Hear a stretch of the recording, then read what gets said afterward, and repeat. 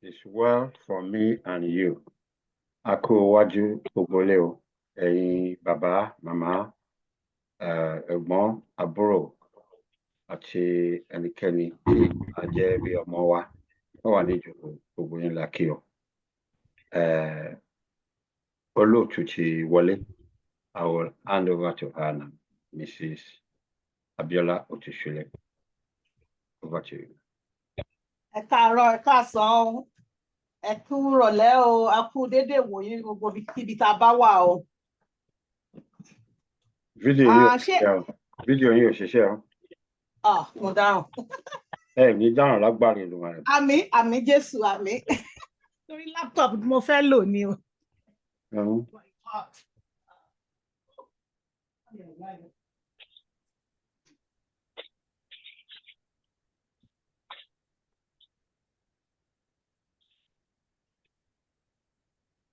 Okay, your Pastor Raphael. Ẹ kọjá mẹ́ta o. Adúpẹ́ o. Hey, start my video. Mo ti ṣe. Ṣé rí mi?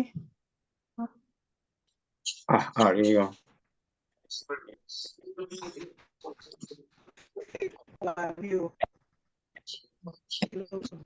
Abiola Otushule, mo lórúkọ mi ò lójú mi.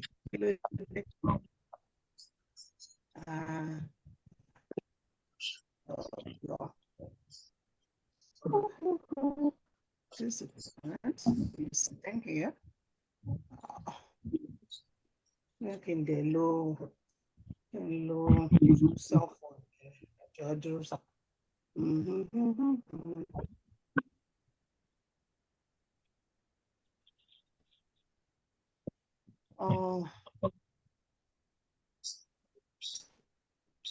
Work in progress.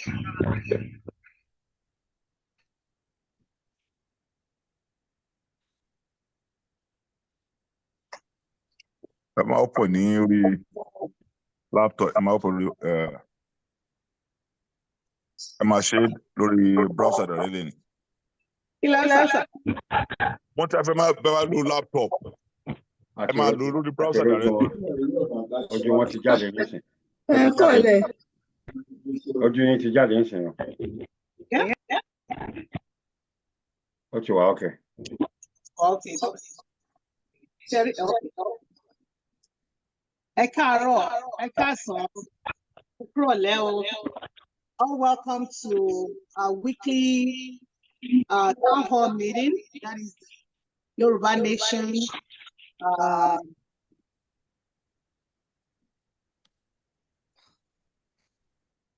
Global Directorate.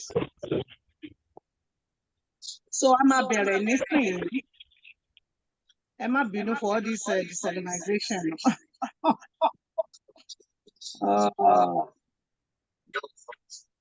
So I'm a start pẹ̀lú I believe national anthem. Yes, Mommy. Okay.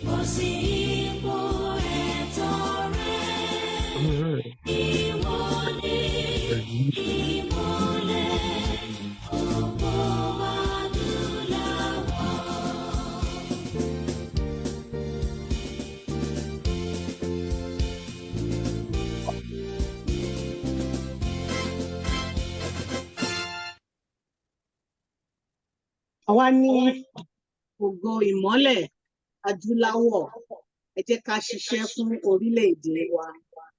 Ní ìtẹ̀síwájú, mo máa pe directorate director wa, wọ́n wá fún wa ní weekly town hall speech.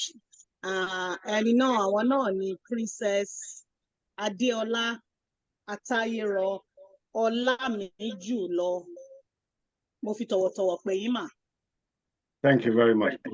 Emma Bino. I got a message from her this morning. Nǹkan ayọ̀ Yorùbá ní ọ̀kan lára kí n sọ. Iwájú báyìí ni ọ̀pá ìbìsí ló ń rí sí.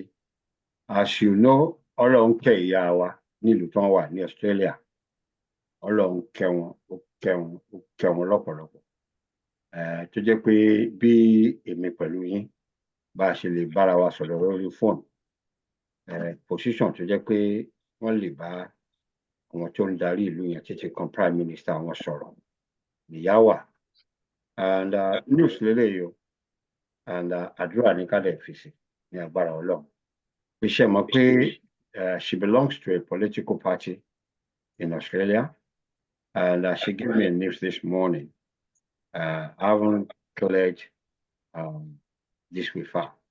But nǹkan ayọ̀ ni ká máa dúpẹ́ pé very soon she's been sponsored to contest for a very significant position in Australia. And wọ́n ṣe election lálẹ́ àná, and she was one of the candidates nominated by the party. And one lawyer, they're having a party as we're talking. So, I enjoy meeting one. One day, look to one. If we are almost pay one justice, see topic to our lady, not for alone, not set to move. Wow. She's Adúpẹ́ o, ìgbéga náà ló máa bá gbogbo ọmọ ẹgbẹ́ Yorùbá, especially our of the directorate group. Amen. So,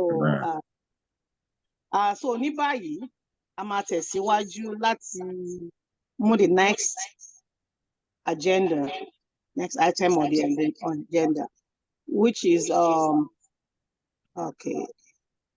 montage, the directorate's montage by Barrister Odumosu. Okay. Ẹ jọ̀ọ́, ṣé wọ́n ti wà ńbẹ̀? The montage, yes. Okay.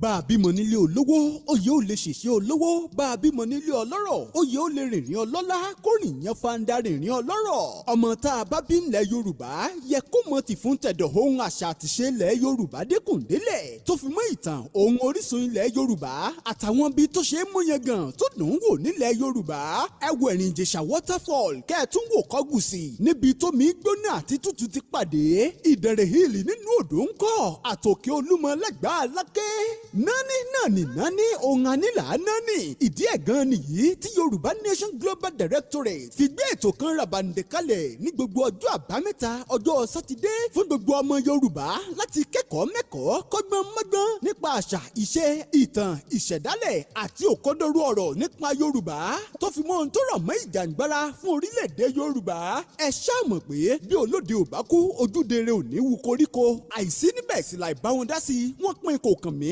onítọ̀hún ò yọjú síbẹ̀ ní darapọ̀ lórí ìkànnì YouTube ní gbogbo ọjọ́ sátidé ní dédé aago 3 ọ̀sán nàìjíríà tàbí kó o darapọ̀ lórí Zoom fi àtẹ̀jíṣẹ́ mo fẹ́ darapọ̀ ránṣẹ́ sórí ìkànnì ímeèlì yìí yorubaнаtionglobal.d@gmail.com ìkànnì Yorùbá Nation Global Directorate lẹ́yìn tí rí wò lórí YouTube oríṣiríṣi àlejò tó jẹ́ ọ̀jọ̀gbọ́n tó nímọ̀ tó tó gbangba sùn lọ́yẹ́ ńlẹ́ ọmọ bá pàdé lọ́sọ̀ọ̀sẹ̀ fún ìdánilẹ́kọ̀ọ́ ohun ọ̀rọ̀ ìyànjú àti ọ̀rọ̀ nípa ìlọsíwájú àti akitiyan gbígba òmìnira ilẹ̀ Yorùbá jẹ́ ká jọ pàdé níbi ìdánilẹ́kọ̀ọ́ tọjọ́ àbámẹ́ta tọ̀sẹ̀ yìí kẹ́kù lẹ́gbọ́ kó sọ fún toko pé a kì í fárílẹ́yìn olórí ẹni tó ní nǹkan ó da òní ò ṣe ń bẹ̀ Yorùbá ò ní parun o Yorùbá ò ní rẹ̀yìn láíláí Yorùbá Nation Global Directorate lolùkéde. Okay. So, nǹkan tó tún súnkàn báyìí òun ni weekly updates. And ó dàbí èmi lọ pọ́n súnkàn èmi ló kàn báyìí. Kì í ṣe èmi ló kàn tí gbogbo wa mọ̀ Abíọ́lá Òtúnṣílé òun ló kàn báyìí. So, good morning, good afternoon. I greet everyone according to the time zone of our location. So I'll be reading the Yoruba Nation Global Directorate News update to us. We know it is no longer news that the economic hardship is biting hard on Nigerian citizens. The citizens who were once openly screaming "Ebi n pa wa o" are now gearing for a nationwide protest, which has been earmarked to commence on the 1st of August, 2024, until the protesters' demands are met. Following the announcement of the protest, the government of Nigeria is now in panic mode. It was reported that the Nigerian government are planning to deploy the army to deter anarchy. Again, the news reaching us suggests the protest has taken a different dimension, and many who were part of the original plan are now speaking out, saying the protest should be canceled. It has now been suggested that the political undertone of some of the protesters and the legality of their proposed protest make it an act of insurrection.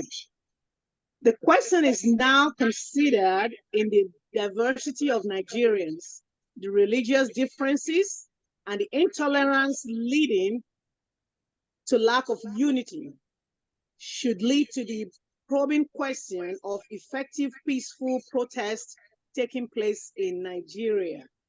We all understand from the news that President Bola Tinubu held separate meetings on Thursday with the APC governors, traditional rulers, and Islamic clerics from around Nigeria. The meetings are believed to be part of the efforts to prevent the breakdown of law and order as young Nigerians prepare for a nationwide protest. The meeting with the APC governors was held first, followed by one with the traditional rulers. All the meetings were held at the Presidential Villa, Abuja. The Inspector General of Police, Kayode Egbetoku, the National Security Advisor, Nuhu Ribadu, and the chairperson of Nigerian Governors Forum, Governor Abdul Rahman Abdul Razak of Kwara, also attended the meeting with the traditional rulers. In conclusion, we got the news that Chief Sunday Adeyemo Igboho is presently in Nigeria, and he's paying courtesy visits to the monarchs who supported him during his incarceration in the Republic of Benin. It is noteworthy that he used the opportunity of his visit to reiterate the imperativeness of seeking self-determination, that is a Yoruba nation sovereignty. These are news updates. Odùduwà gbè wá o, kò ní gbé àwọn ọ̀dàlẹ̀. Èmi Abíọ́lá Òtúnṣílé kò ní dalẹ̀ Yorùbá o. Yorùbá ńkọ́? Mi Raphael Adédìjì Adébáyọ̀ kò ní dalẹ̀ Yorùbá o.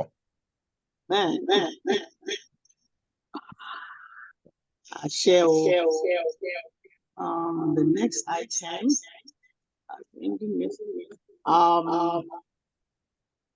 appeal for funds is by Pastor Adébáyọ̀. Ẹ jọ̀ọ́, ṣé wọ́n wà níkàlẹ̀? Bẹ́ẹ̀ni. Ṣé ń gbọ́ mi? Bẹ́ẹ̀ni sà. Ok. Ẹ kú ọjọ́ mẹ́ta o. Ẹ kú àsìkò yìí o. A kú ìfọkànsìn. Ọlọ́run Olódùmarè máa dúró ti gbogbo wa o. Àmín. Kò ní rẹ̀ wá o. kò ní Àmín. sú wa o. Àmín. Gẹ́gẹ́ bí a ṣe gbọ́ àwọn ìròyìn tó ń lọ ní Nàìjíríà pàápàá orílẹ̀-èdè Yorùbá, àsìkò yìí a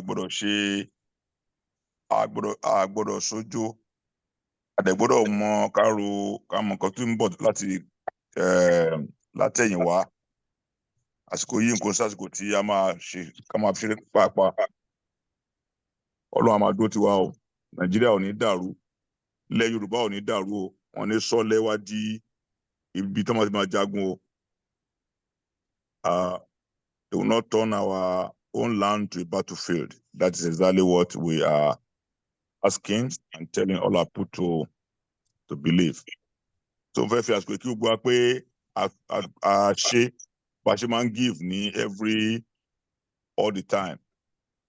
And àdẹ̀dúpẹ́ fún àwọn tó manage fund wa náà, Olódùmarè a máa dó tiwa o. Àsìkò yìí jẹ́ àsìkò tí ó wà very very delicate fún wa, ó dẹ̀ wà very important. Ẹ má jẹ́ kó rẹwà nípa giving wa, because àlejò pé gbàgbà tó bá wà lábá délé láti máa sáré káàkiri. Ó yẹ ká ní owó nílẹ̀, ká ní owó lápò, ká dẹ̀ wà very careful how we dispense it. Very very important, because látìgbà tí àti ní ààrẹ Tinubu, ó ní àwọn other group wọ́n ti fẹ́ make Nigeria very impossible to run. We are not fighting war with anybody. All we are asking for is to have our sovereignty in a peaceful manner, using our intellect, our wisdom. Àbàlújẹ́ àdẹ̀bẹ́ni kan jà. Ṣùgbọ́n ká máa lo ọgbọ́n láti lè ba ibì kan jẹ́, onìkan ni ò dáa. So àwa náà rántí in the 70s during the Civil War, the war was between the Eastern Nigeria and Nigeria. Why are the Biafran coming through Yoruba land? Coming, if not for the tenacity of a warrior like Benjamin Adekunle, ogun ọba wọ Èkó, ọ̀rẹ́ náà ti dá dúró, ó lè kó ìjà ọ̀rẹ́, for those who know the history. So the last EndSARS destroyed a lot of properties in Lagos. So why Lagos? Why not Abuja? That is the thing tí àwọn ọmọ Yorùbá tá ń ronú sí o. So this time around, we have to be very very diligent. Àwọn tí wọ́n wá sí meeting ká máa pọ̀, ká máa wá sí meeting, ká mọ nǹkan tó ń lọ. Ká dẹ̀ make sure pé we put our money where our mouth is. Let's generally contribute our money to the purse of Yoruba Nation Global Directorate. Our money is safe. Our money is not just spent anyhow. We know every money we have ever gathered. We have account for it. We have the way the money goes. Even $10, to law, the auditor can say, yes, this $10 for this and for that. So very, very important. So, and the money is not just spent anyhow.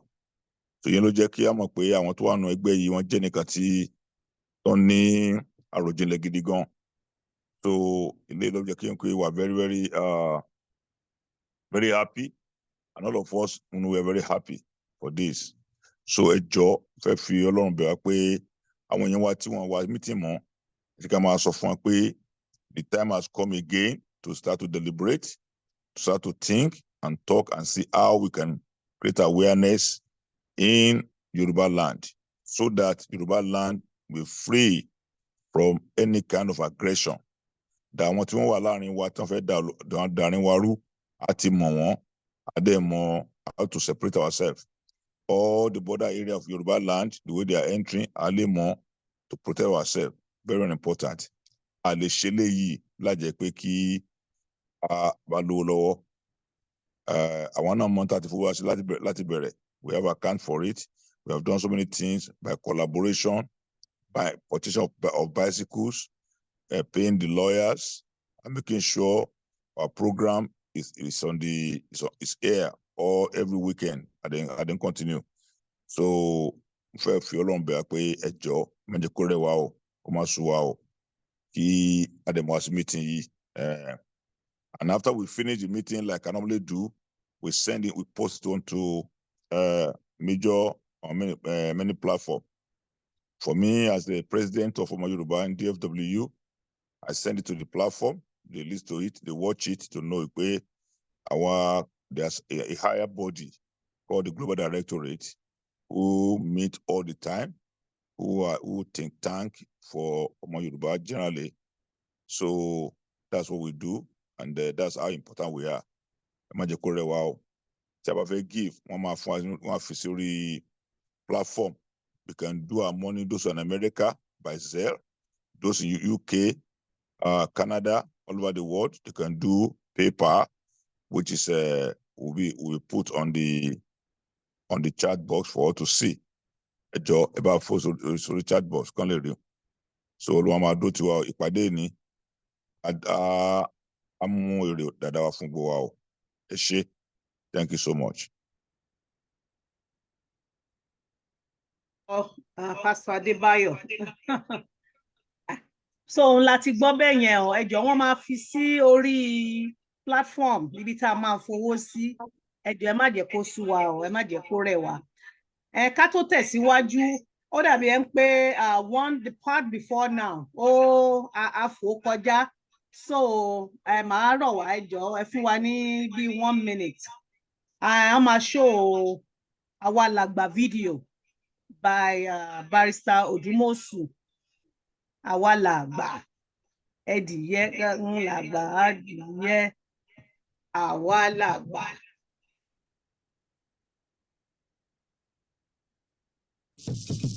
Àwa làgbà,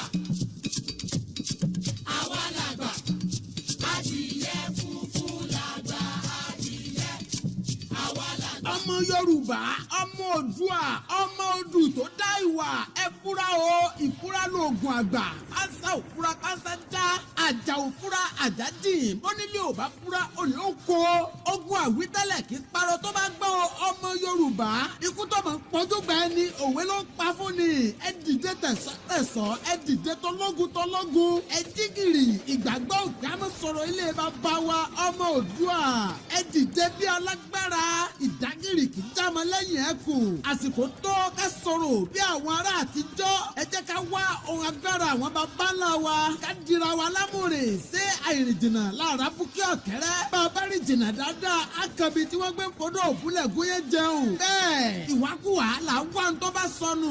Ọ̀rọ̀ ti dójú ọ̀gbagadè. Kí kálukú yà tètè mọ̀ báyìí pé ọmọ Yorùbá gbọ́dọ̀ fìgbàdí kan ṣoṣo ṣègbànú. Ká pawọ́pọ̀ láti dáàbò bo àdúgbò, abúlé àti olúùlú wa. Gbogbo ọmọ Yorùbá ló gbọ́dọ̀ mọ̀ báyìí pé gbogbo wa ti di ológun lọ́wọ́ tí ìlú wà báyìí o. Nítorí àtòkèrè lólójú títí tí mẹ́kún sùn. Igi gogoro má sì gbomi lójú àtòkèrè láti wò ó. Ọmọ Oòduà ó lè òní jà wá bẹ́ẹ̀ lógun òní kọ́ wa lẹ́rù lọ́wọ́. Kẹ́kùlé ó gbọ́ kó sọ fún toko kádò ó gbọ́ kó lọ rò fún ọbẹ̀. Pé lọ́wọ́ tí ìlú wà báyìí nínú ewu nílùú wa o. Gbogbo wa pátá la gbọ́dọ̀ mọ̀ pé a ti dológun láti lè dáàbò bo dúkìá àti ẹ̀mí àwọn èèyàn wa. Ó ti yá o ọmọ Yorùbá, omi gbọ́dọ̀ ìpẹ́lẹ́nu bẹ́ẹ̀. Ọwọ́ ìpẹ́nsà kéèké ẹjẹ́ jígìrì ká wá wọ̀rọ̀ kọ̀ fi ṣàdá. Kó tó pẹ́ o, àbọ̀rọ̀ lásán fọmọlúàbí tó bá dénú rẹ̀ yóò dodidi. Yorùbá Nation Global Directorate ló ń kéde fún gbogbo ọmọ odù tó dá ìwà. Wow, òun ni a ti gbọ́ yẹn o. Ok, ní tẹ̀síwájú lọ, a máa pe Barrister Ọlátáyọ̀ Ògèdèǹgbé kí wọ́n introduce àwọn tó yí wọ́n máa bá wa sọ̀rọ̀, táwọn tó máa fi ọ̀rọ̀ wá lẹ́nu wò. Nísìnyí wọ́n á pè wọ́n, àwọn dẹ̀ ni wọ́n máa bí wọ́n ní ìbéèrè tí wọ́n dẹ̀ àwọn tí a pè tán máa pè náà máa dáhùn.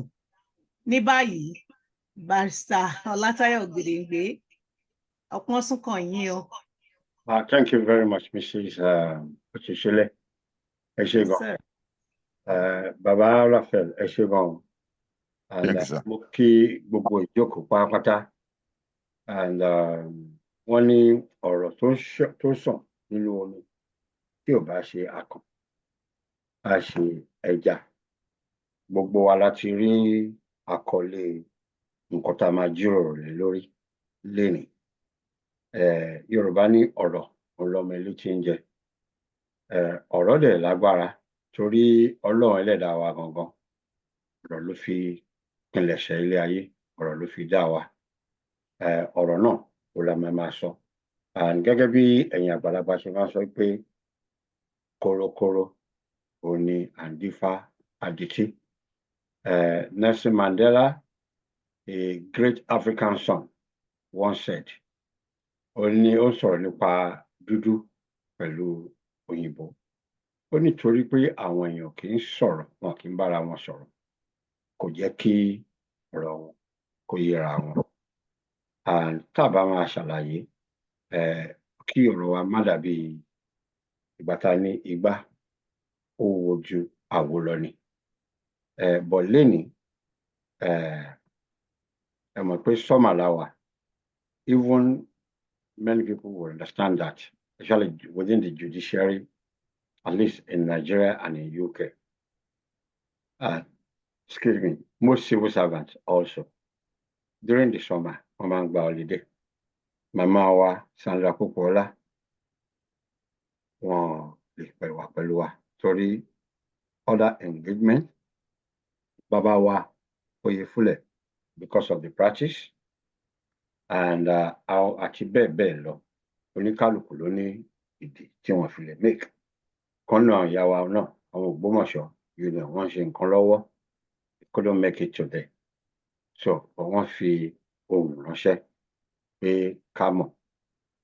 Màmá wa Sister Yẹ́misí Fádàǹsì Ògúnlànà Ìyálóde, àwọn náà máa join wa sọ̀rọ̀.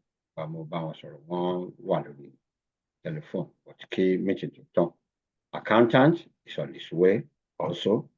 So kí ni yìí gẹ́gẹ́ bó ṣe jẹ́ ìfarasin ẹ̀ǹkọ̀ọ̀kan flash máa ń wà bọ̀.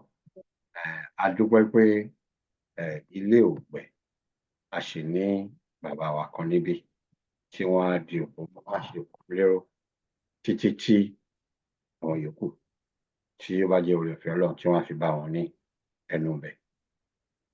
Nǹkan tí a fẹ́ jíròrò lé lórílẹ̀-èdè òun ni à ń pè ní diasporan. Ẹ jẹ́ kí n júwe brọ́dà mi tó máa bá wa wọ́n wà lénìí. Ojú ni wọ́n mọ̀, kì í ṣe àìmọ̀fólókò. I speak of no other person than our brother Samuel. Sorry, I'm a fine me fún yẹn sìn. Ẹ jẹ́ bá a tan fídíò yín. Samson Ọláolú Adémóyè. Mo ti káwọ́ sókè o, mo ti káwọ́ sókè, ẹ jọ̀ọ́ má bínú. Gbogbo àwọn fáìlì tó wà lẹ́yìn. Ẹ má bínú, mo káwọ́ sókè o. Pé Yorùbá ní kẹ́lẹ́kẹ́ bá ti mọ ẹjọ́ ẹ̀ lẹ́bi, kì í pẹ́ lórí ìkúnlẹ̀, má jẹ́ kí n pẹ́ lórí ìkúnlẹ̀, mi tẹ̀ lórúkún tó dé. Samson alágbára. Ẹ má jẹ́ kí orúkún yẹn, ẹ má jẹ́ kó. Ẹ ṣé gan. Thank you very much. So I expect Sister Yemisi will join you. I was earlier. Time permitting, she will join us. Ẹ jọ̀ọ́ mo wá fẹ́ bẹ̀ wá, ta ló ń lo ní lágbájá láàrin wa? Ẹ jọ̀ọ́ ta ló ń jẹ́ iPhone? A fẹ́ kẹ́ identify ara yín. Please, at least let's hear your voice. Who is iPhone? Mo ti send the private message saying mo assume pé ẹ rí ni. Please, I'm asking you to identify yourself, please. Ìkójọpọ̀ ọmọ Yorùbá la wà. Dẹ̀ ní lágbájá láàrin wa. Please, iPhone, can you please identify who you are? At least show your face and let's hear your voice. As we've said it, ó yẹ ká mọra wa. Ọmọ Yorùbá tó jẹ́ ọmọlúwàbí tí kì í ṣọ̀dàlẹ̀, ẹ̀rù yẹ kó bà wá. What we don't like to do is kí a eject from our meeting láì nídìí. But if you're saying you want to be amongst us, tọwọ́ tẹsẹ̀ la fẹ́ fi gba gbogbo ọmọ Yorùbá. Àyè wà torí ọmọ Yorùbá pẹ̀lú ilẹ̀ Yorùbá la ṣe gbé ẹgbẹ́ yìí kalẹ̀. But tí ó bá wá difficult fún yín láti fi àwòrán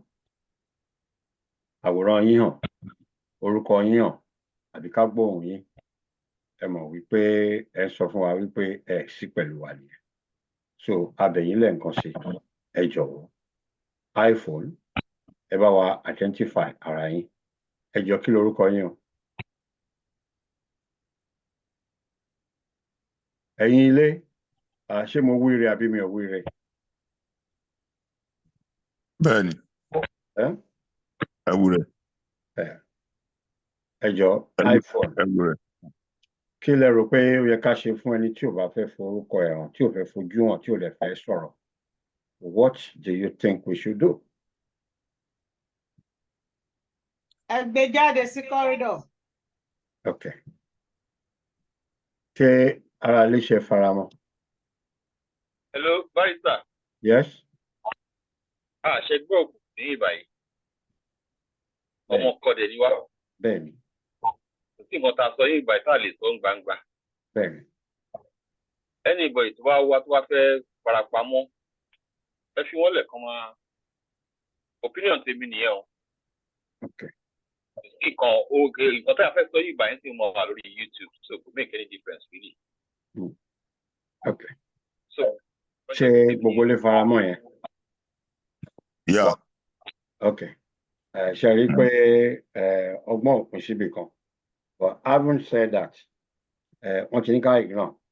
But tí ẹni náà bá wá tó bá include àwọn tó sọ̀rọ̀ about cause disturbance in the meeting, we will not have any objection than to do whatever we consider appropriate at the time.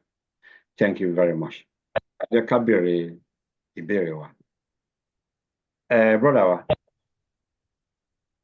kí ni ìtumọ̀ diaspora gangan? Tó bá ní the word diaspora, what is the meaning of diaspora? Well, in my opinion, ẹni tí ó kúrò ní ìlú ẹ̀, ìlú ṣé abínibí ni mo fẹ́ pè ní àbí orísun ẹ̀, tó wá lọ sí ìlú míì nítorí wípé àǹfààní tó yẹ kó rí nílùú ẹ̀ kò rí, àbí ó fẹ́ lọ kọ́gbọ́n ó padà. Okay. So diaspora, very simple definition ni pé ẹni tó kúrò ní ìlú ẹ̀ tó lọ sí ìlú bòmíì, ṣùgbọ́n category tí wọ́n wà ń bẹ̀, in simple terms màá sọ pé diaspora pé oríṣiríṣi. Màá dẹ̀ lo fíìmù Clint Eastwood láti fi describe it. The good, the bad and the ugly. Ibi tí situation wá wà ní. So oríṣiríṣi èèyàn ló wà tó jẹ́ diasporans ni wọ́n, but nǹkan tó wà ní ọkàn wọn as per patriotism ó yàtọ̀ síra wọn. Kò síbi tá a bá lọ nílé ayé yìí èèyàn máa rí àwọn èèyàn jẹ́ pé wọn ò care. So mo sure pa máa sọ̀rọ̀ níbẹ̀ Peter. Thank you very much. Mo lè fi pé bẹ́ẹ̀ ṣe ń sọ yẹn àwọn tó wà lórí ìkànnì náà tó bá tàsìkò táwọn náà fẹ́ fi kún wọ́n á fi kún. So tí àwọn tó bá wà nílé, especially àwọn tó ń bọ̀ lẹ́yìn tó bá gbọ́ fídíò yẹn, àwọn náà tún kọ́gbọ́n mọ́gbọ́n nínú àwọn nǹkan tí ó máa wà nínú fídíò yìí. Welcome back, Sister Yemisi. Ẹ káàbọ̀ mà. Ẹ kúlé o. Mo ti rí Jésù. Ẹ má bínú pé mo pẹ́, ire tí mo kò lọ́nà ló jẹ́ ń pẹ́ o. Ẹ ṣe àìrè náà dé o, èmi gan ní ìdí ẹ o. Ẹ ṣe àìrè tọmọtọmọ ni kò sí waiting. Ẹ ṣe àìrè yẹn o. Ẹ má wọrí, àkáǹtì mi ni kẹ́ ẹ wò. Wọ́n wá selfish, mo jẹ́rìí wọn. Ilé náà lè bá. Adúgbò. Gbogbo lè ń kọ́ ṣàṣẹwọ̀ dáadáa. Àlàáfíà la wà. Thank you. Ìrìn yẹn lè bá ẹ̀fọ́ ẹlẹ́mi méje dé lọ́dọ̀ yín. Ẹ má wọrí, àkáǹtì yín ni kẹ́ẹ̀kan wò. Ẹ má wọrí, nǹkan tí Dimka sọ́jọ́ kìíní nìyẹn. Ọ̀gá o. My brother, ẹ kọ́kọ́ wà káǹtì yín náà kẹ́ ẹ tó máa sọ̀rọ̀. Don't say any negative. Kẹ́ tó wọlé sister, Yes, sir. a ní kí brother wa kan sọ ìtumọ̀ diasporan fún wa bó ṣe yé wọn. Kí wọ́n ṣe kí ni mi ò gbọ́ dáadáa. Wọ́n sọ ìtumọ̀ nǹkan tó ń jẹ́ diasporan. Diasporan. What is what kí ni ìtumọ̀ diasporan? Kí wọ́n sọ fún wa.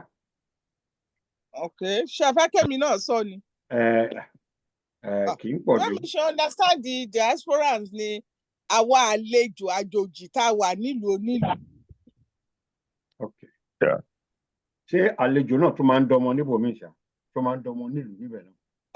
Ó depend lé ìlú oníkálukú. Ìyá mọ̀ pé different stroke ní ìlú. Ìlú ní okay, tá a bá ní ká compare UK pẹ̀lú Saudi Arabia. Two opposite ni wọ́n. Saudi Arabia wọ́n bí ẹ síbẹ̀ o. Ó fẹ́ ọmọ ọbẹ̀ o. Problem ènìyàn ọmọ tó bá bí kò ń ṣe permanent citizen ni wọ́n. Okay. Every 2 years náà máa renew passport. Kí ọkùnrin wọn kó fẹ́ obìnrin ìlú bòmíì tí ò ń ṣèlú wọn. Wọ́n ń fún ní permanent resident. Wọ́n máa 2 years ni. Á bọ̀ sí ìwọ tó tẹ̀ fẹ́ ọmọ ọbẹ̀ tó lọ ṣiṣẹ́ ń bẹ̀. Mo ní client kan gbà kan. Ó ní Saudi Arabia ni wọ́n bí òun sí. Client mi ẹ̀dẹ̀ tí ó bímọ ọmọ ìgbà yẹn mò ń ṣe air visiting. Mo lọ ṣe new bar visit. Mo wá rí ọmọ yẹn ṣáà sọ̀rọ̀. Mo wá ní inú form tá a máa ṣe assessment wa a máa kọ state of origin, citizenship and all that fún àwọn parents. So ìgbà tí mo wá tá ṣáà ń ṣe yẹn ló wá sọ fún mi pé mo mọ̀ pé nǹkan tó èdè tó ń sọ Arabic language ni òun àti ìyàwó àtàwọn tó wà ń bẹ̀ ń sọ. Mo wá sọ pé níbo ló ti wá. Ló wá sọ pé wọ́n bí òun sí Saudi Arabia. Ipe bet òun ò ń ṣe citizen bẹ̀ because ọdún 2 years làwọn náà máa renew passport àwọn ọmọ àwọn pé how can that be happening? Ipe bet here, if you are born here, you automatically become a citizen. Even if your parents are born here and you are not born here, there's a way that you will become a citizen. Àwọn ṣàlàyé yẹn. So ní ìlú tiwa, nǹkan táwọn Haúsá fẹ́ àwọn Fúlàní fẹ́ ṣe ó ní pé ajá wọn gbọ́dọ̀ jọmọ Nàìjíríà, ehoro wọn gbọ́dọ̀ jọmọ Nàìjíríà, and they're not doing that because they're helping them. They're doing that because they want to take our land. They're doing that because wọ́n fẹ́ occupy, so that gbogbo màálù tó bá ìjọ òun náà ń sọ̀rọ̀ ní house ẹni tó send tó ṣe bills pé about citizenship at kìíní kan tí ìkan dìde pé gbogbo màálù wọn pé citizen ni, tí Akpabio dẹ̀ sọ pé no, pé cow cannot be a citizen. Tọ́tún wọ́n ṣàtúnkò tí law nínú kìíní Nigerian constitution. Ìyẹn wá sọ wá ń ṣàlàyé fún ẹ pé go and read it properly. Yes, if you have a cow, it's your property. Only because ìyẹn sọ pé semi-illiterate ìyẹn sọ pé because in the constitution, we have to save the both woman and properties. Cow is their property, so it's a citizen. Yes, I want to educate pé cow is an animal. It's not a human being. It cannot be a citizen. So ṣàṣàlàyé gbogbo yẹn. So different stroke ní ìlú tó ní kálukú bá wà ọ̀tọ̀ọ̀tọ̀ ni.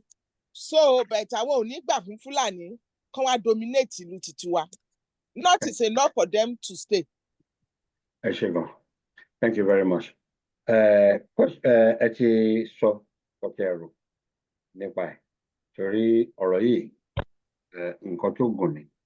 Yorùbá ní òwe lẹ́ṣin ọ̀rọ̀ òun ní ẹṣin òwe. Tí ọ̀rọ̀ bá sọnù a máa fi òwe wá. Mo believe pé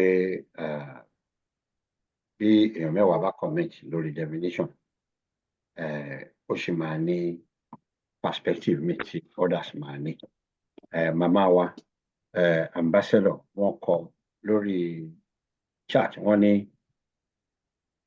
in the diaspora means the scattering of people, their home countries, to different countries other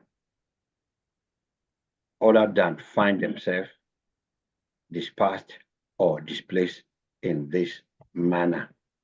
Now, ìbéèrè kan tó ṣe gbòógì tó ṣe pàtàkì tá a gbọ́dọ̀ béèrè ni pé ǹjẹ́ a lè wá sọ wípé nítorí pé èèyàn wà ní ẹ̀yìn odi ní àjò òkèèrè nílùú òkèèrè lẹ́yìn odi wípé kò nífẹ̀ẹ́ ìlú ẹ̀ gẹ́gẹ́ bí àwọn tó wà lórílẹ̀-èdè wọn gangan nílùú tó ti kúrò. Ǹjẹ́ ẹni tó wà ní, for example, nísìnyí ní Yoruba land àti ọmọ Yorùbá tó wà nílùú òyìnbó bí ò tiẹ̀ sí tó wà lóyìnbó tó wà ní ẹ̀yìn odi lókèèrè bóyá Ghana ló wà ní South Africa ló wà ó, ṣé nítorí pé mo wà ní ìlú òyìnbó tí mo dẹ̀ ń ṣe akitiyan pé kó lè dáa lórílẹ̀-èdè mi, ǹjẹ́ ìyẹn jẹ́ ó ṣò pé mo nífẹ̀ẹ́ ju àwọn tó wà nínú ilé lọ, àbí torí àwọn kan wà nínú ilé tí ìyẹn mì pé wọ́n nífẹ̀ẹ́ ilé ju àwọn tó wà ní diaspora lọ? Mo fẹ́ kí brọ́dà wa kí wọ́n bá wa yànnàná yẹn ní ṣókí, kí mo wá fẹ́ fìdí ọ̀rọ̀ yìí múlẹ̀ pẹ̀lú nǹkan kan tí mo ti kà nínú Bíbélì. It's been said on many occasions that wherever the heart is, wherever the treasure is, that's where the heart is. And in Psalm 137 to be precise, the Jews in exile, wọ́n kọ nǹkan kan tí àdẹ̀mọ̀ tí gbogbo wa gẹ́gẹ́ bí ìwé àfikọrin. Wọ́n ní by the rivers of Babylon, there we sat down, the day we remember Zion. Those who took us captivity demanded a song from us. How can we sing it? And they said, but how can we begin to sing the Lord's song, the strange land? Báwo lèmi ṣe understand eléyìí? Ó sọ fún mi pé regardless of whatever I consider success, tí inú ilé mi bá wà inú, tí mi ò lè délé inú ìbànújẹ́ ni mo wà, torí mo treasure inú ilé mi. So in light of that, how do you explain tí àwọn kan bá claim pé torí àwọn wà níbí wọ́n send owó regularly sílé, àbí àwọn kan wà ní Nàìjíríà àwọn ni wọ́n Philippine tí wọ́n mọ ọ̀nà àbáyọ fún Yorùbá pé àwọn nífẹ̀ẹ́ ju ẹlòmíì lọ? Can the diasporans say pé àwọn nífẹ̀ẹ́ ju àwọn tó wà nílé lọ? Àwọn tó wà nílé ṣé wọ́n lè láwọn nífẹ̀ẹ́ ju àwọn tó wà ní diaspora? Over to you. Omit ara yín. Ẹ ti wà unmuted nísìn. Brother, ẹ̀yin ló kàn. Ẹ má bínú, phone call kan wọlé fún mi. Okay. Ẹ má bínú, ṣé lè summarize the question yìí? Ṣé nínú àwọn tí àwa tí a wà nílùú òyìnbó àtàwọn tó wà Nàìjíríà, ṣé nítorí pé a wà nílùú òyìnbó a nífẹ̀ẹ́ Yorùbá land?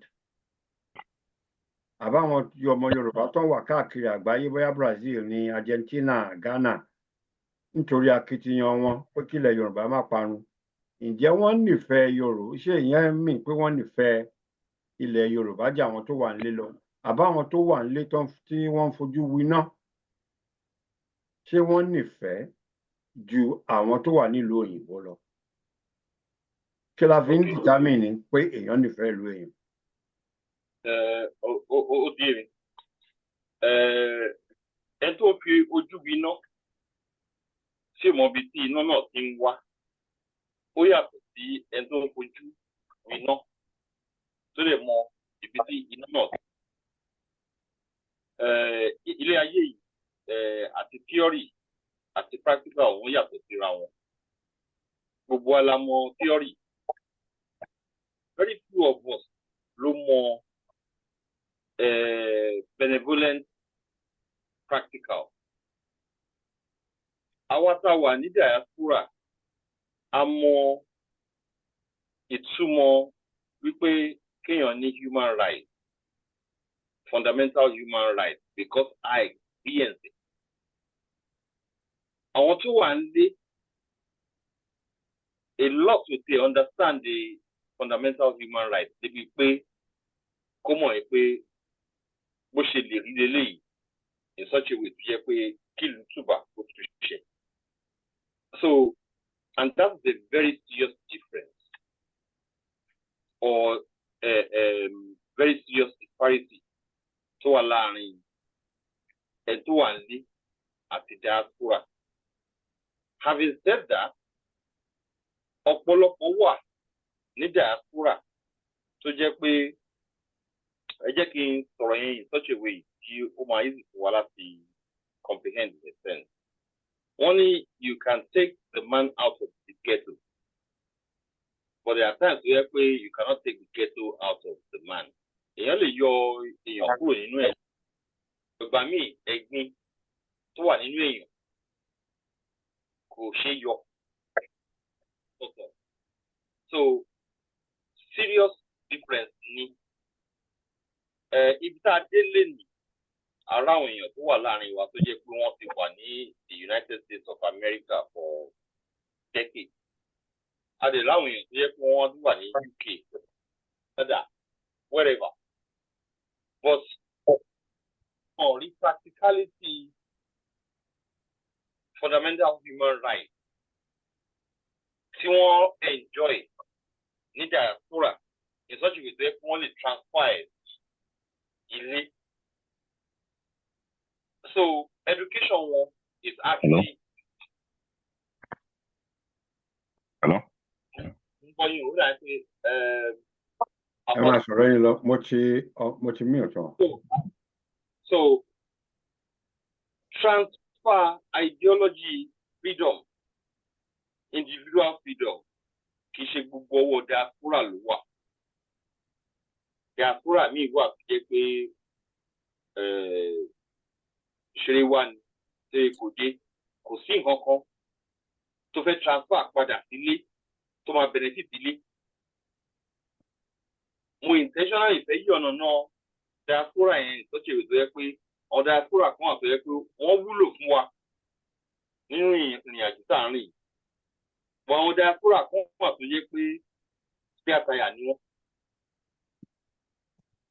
So bí mo ṣe lè answer question yẹn nìyẹn. Okay. Ẹ ṣeun. Ẹ jẹ́ kí n béèrè lọ́wọ́ sista. Ṣé torí èèyàn wà lẹ́yìn odi àbí èèyàn wà lókèèrè, ṣó mì pé kò nífẹ̀ẹ́ ìlú bí àwọn tó wà ńbẹ̀, àbá àwọn tó wà ńbẹ̀ tí wọ́n dúró síbẹ̀, ṣé ìyẹn mì pé wọ́n nífẹ̀ẹ́ ìlú ju àwọn tó wà lókèèrè lọ? Sista. Bí èmi ṣe rí sí ni pé àtẹni tó wà ní ìlú odi o, àtẹni tó wà lẹ́yìn odi o, tí èèyàn bá nífẹ̀ẹ́ ìlú ẹ̀, ó máa hàn nínú ìwà ẹ̀, ó máa hàn nínú ìṣe ẹ̀. Ó nífẹ̀ẹ́ èèyàn kò ń ṣe àfẹnusọ pé mo kàn nífẹ̀ẹ́ náà ni. Téèyàn bá nífẹ̀ẹ́ èèyàn, ó máa show nínú ìwà téèyàn bá ń ṣe. But most of àwọn tí wọ́n sọ pé àtàwọn kan tó wà ní orílẹ̀-èdè náà àtàwọn tó wà níta tó jẹ́ pé the way they are doing it's not pé about pé wọ́n nífẹ̀ẹ́ ìlú wọn. It's about nǹkan tó máa jẹ. Òun ni wọ́n ń wá. Position tó fẹ́ gbà nígbà tí peradventure tí Ọlọ́run bá gbàkóso, kò ń ṣe pé bóyá wọ́n ń ṣe tinútinú. Ẹlòmíì ò kúrò ní Nàìjíríà, ó nífẹ̀ẹ́ Yorùbá land tinútinú ẹ̀ tó jẹ́ pé ó lè kú fún Yorùbá land. Even àwọn kan gan ti kú because of Yorùbá land. I could remember when I was an interdenomination prayer group. mi ò mọ̀ bóyá no ó dà pé máa yẹn wà ní other group kan tí mo wà. He was sick. When he was about to die, he left him a text message pé ó ń bá àwọn tó wà ńbẹ̀ sọ̀rọ̀ pé ẹ jọ̀ọ́ ẹlẹ́mìí lè gbà anytime from now ṣùgbọ́n ẹ jọ̀ọ́ ẹ tiraka kẹ́ má jẹ́ kí àwọn Fúlàní gba ilẹ̀ wa. Ẹlẹ́mìí lè gbà anytime from now torí òun ti ń resign. Wọ́n wá dárúkọ ọ̀rẹ́ wọn kan wípé kó jọ̀ọ́ pé gbogbo nǹkan tó bá lè ṣe tí Fúlàní ò fi ní gba ilẹ̀ wa kan ṣe o pé òun bẹ̀ wọ́n o wípé ó lè jẹ́ pé last ọ̀rọ̀ tóun sọ ìlú tún máa lè sọ tóun máa lè bá wa sọ̀rọ̀. Ó dà pé the third day ni màá náà kú. A lot of people like that tó jẹ́ pé èmi ìjọ tó gbọ́ pé wọ́n mú Sunday Igboho ó kàn ní àtàtà kó dẹ̀ kú. That is what me I call love.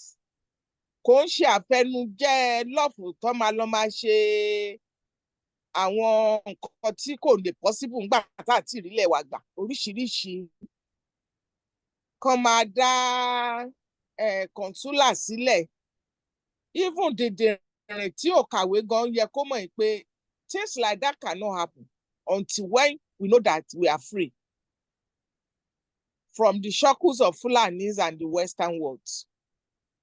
So a lot of things ló wrong tó yẹ pé irú àwọn èèyàn bẹ́ẹ̀ yẹn tó bá sọ pé àwọn like Yoruba land èmi máa ń rẹ́rìn-ín ni pé you don't love Nigeria and Yoruba land, you love money, you love your pocket.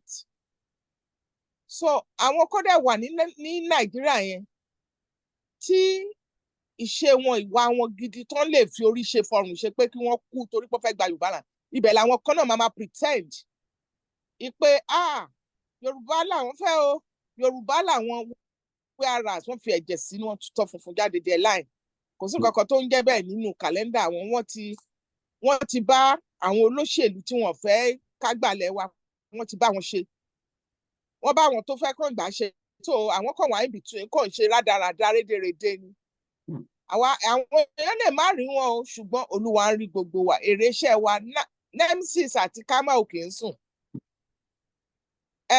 íńtánẹ́ẹ̀tì ò dẹ̀ kì í sùn tó bá yá ìwọ tó ṣe dáadáa lórí ọ̀rọ̀ ilẹ̀ wa wà á gbèrè ìwọ tó dẹ̀ ṣe dáadáa wà á gbèrè ẹ̀ so èmi ò bìlíìfù pé títorí pé èèyàn kan wà Nàìjíríà ó lọ́ọ̀bù ìlú ẹ̀ ẹlòmíín wà Nàìjíríà tó bá ní opportunity to leave Nigeria lẹ́nìí ó máa leave ẹ̀ ó dẹ̀ lè débi tó ń lọ kó máa pariwo Nàìjíríà Yorùbá tó rẹ̀ pé ó lọ́ọ̀bù Yorùbá tinútinú ẹlòmíín dẹ̀ wà tó bá lọ opportunity lẹ́nìí ó máa kúrò ní orílẹ̀-èdè Nàìjíríà á dé diaspora á dẹ̀ máa pretend bíi pé Yorùbá nìyẹn ni o kò àwọn ò lè wait káwọn gbà á kó ń padà sílé it's all lies so nǹkan tẹ̀mí kan máa sọ ni pé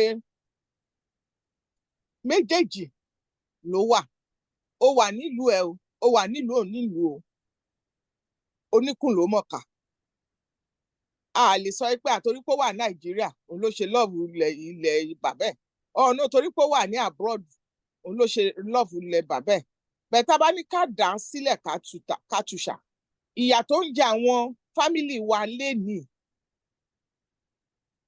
àwọn tó wà relieve a little bit out of them is coming from diaspora àwọn tó wà Nàìjíríà ṣé bẹ́ẹ̀ ni tó bá jẹ ló fẹ́ help ọmọlàkejì ẹ̀ gọ́ọ̀mẹ̀ntì ò rí tí wọ́n rò so half of the money tí àwọn èèyàn wa ń lò ní Nàìjíríà àwọn tó wà ń bí ni wọ́n send ẹ̀ bó ṣe lè wù kó kéré tó àbí kó pọ̀ tó the diaspora people tí ò selfish I mean sọ pé everybody o tí ó love àwọn family tiẹ̀ tí ò dẹ̀ selfish they will send little amount they have for them to at least kọ́ tiẹ̀ ṣírò oúnjẹ jẹ because ẹni tó bá wà láyé ló máa ń gbádùn after ogun after wàhálà tí ó bá di ọ̀la sí tí Yorùbá land bá bẹ̀rẹ̀ sí ní dáa àwọn tó ti kú ò lè rérè ẹ̀jẹ̀ àfi tó bá pọ́n ní ọmọlẹ̀ tó lóun fẹ́ san ẹ̀san rere fún àwọn tó bá wà láyé ló máa rí èrè jẹ so that's the reason why tó fi jẹ́ pé nísìn a gbọ́dọ̀ ṣe help tá a bá lè ṣe fún àwọn family wa I'm not talking about all those people on the Facebook tó wá ń parọ́ tọ̀ wá jẹ o tó máa gbowó lọ́wọ́ wa máa send owó sí wọn kí ìyá máa jẹ wọn létà wọn àṣẹ ẹ̀yin náà ẹ má bọ̀ bí ẹ wá jà ẹ dàlú warú àwa ò jà o ẹ má bọ̀ ń lé tẹ bá fẹ́ jà kẹ wá jà àdẹ sọ fún wọn pé a fẹ́ jà a kàn sọ pé kóníkálukú kó mọ right ẹ̀. Okay now I'm happy pé bàbá wa Tinubu ti sòótọ́ nsìn wọ́n ti jẹ́ kó I really like that man. I don't care what people think about him. I'm not a politician. I will never be in my life. Also, ọ̀rọ̀ kan, only stop calling my name. All of you should stop calling my name. Sí pé ẹ lọ bá local government yín, chairman yín, ẹ lọ bá government yín, I've sorted them out. Kí ló tún fẹ́ gbọ́? Kí ni nǹkan tí wọ́n tún fẹ́ gbọ́? Tí wọ́n bá dẹ̀ lè sort ara wọn out after that. Then kò sí lè tó kàn wá mú. We've tried our best. Ire o. Thank you. Ẹ ṣé gan sister. Mo mọ̀ pé palliative yẹn ẹ máa mọ bẹ́ẹ̀ ṣe máa distribute fáwọn tó ní ìdí ẹ̀ náà. Mo kàn tí ì yẹn ni o. Now the question is, tá a bá sọ ìjàngbara ìjàngbara Yorùbá àwọn bàbá wa wọ́n jẹ́ ká mọ̀ pé ọ̀tún wòsì òsì wọ̀tún ká fọwọ́ ọwọ́ lọ́wọ́ fi ń mọ́. And looking at the history of emancipation, bóyá South Africa ni o, bóyá Jew ni o, all over the world. Àwọn ọmọ ìlú tán wà nílé àti àwọn tó wà ní ẹ̀yìn odi, wọ́n fọwọ́sowọ́pọ̀ tí wọ́n fi gba òmìnira fún ìlú wọn ni. We hear stories from South Africa of people like Maria Makiba and Makisela and so many people tó jẹ́ pé wọ́n kúrò nílé láti gba òmìnira fún ìlú wọn. We heard about the Kayode, Fayemi, the Tinubu of this world, and so many of them who fled Nigeria during the Nadeko era. Tó jẹ́ pé bọ́n ṣe kúrò, there was a Nadeko route. Wọ́n sì pàpà ṣiṣẹ́ pẹ̀lú àwọn tí ó wà nílé. Nínú ìjàngbara yìí, ǹjẹ́ ó lè wọ̀ tí mo dẹ̀ mọ̀ pé a ti ń ṣe? Kí lẹ rò pé ó fún diasporans ní advantage ju àwọn tó wà nílé lọ láti gbé ọ̀rọ̀ ìjàngbara síwájú?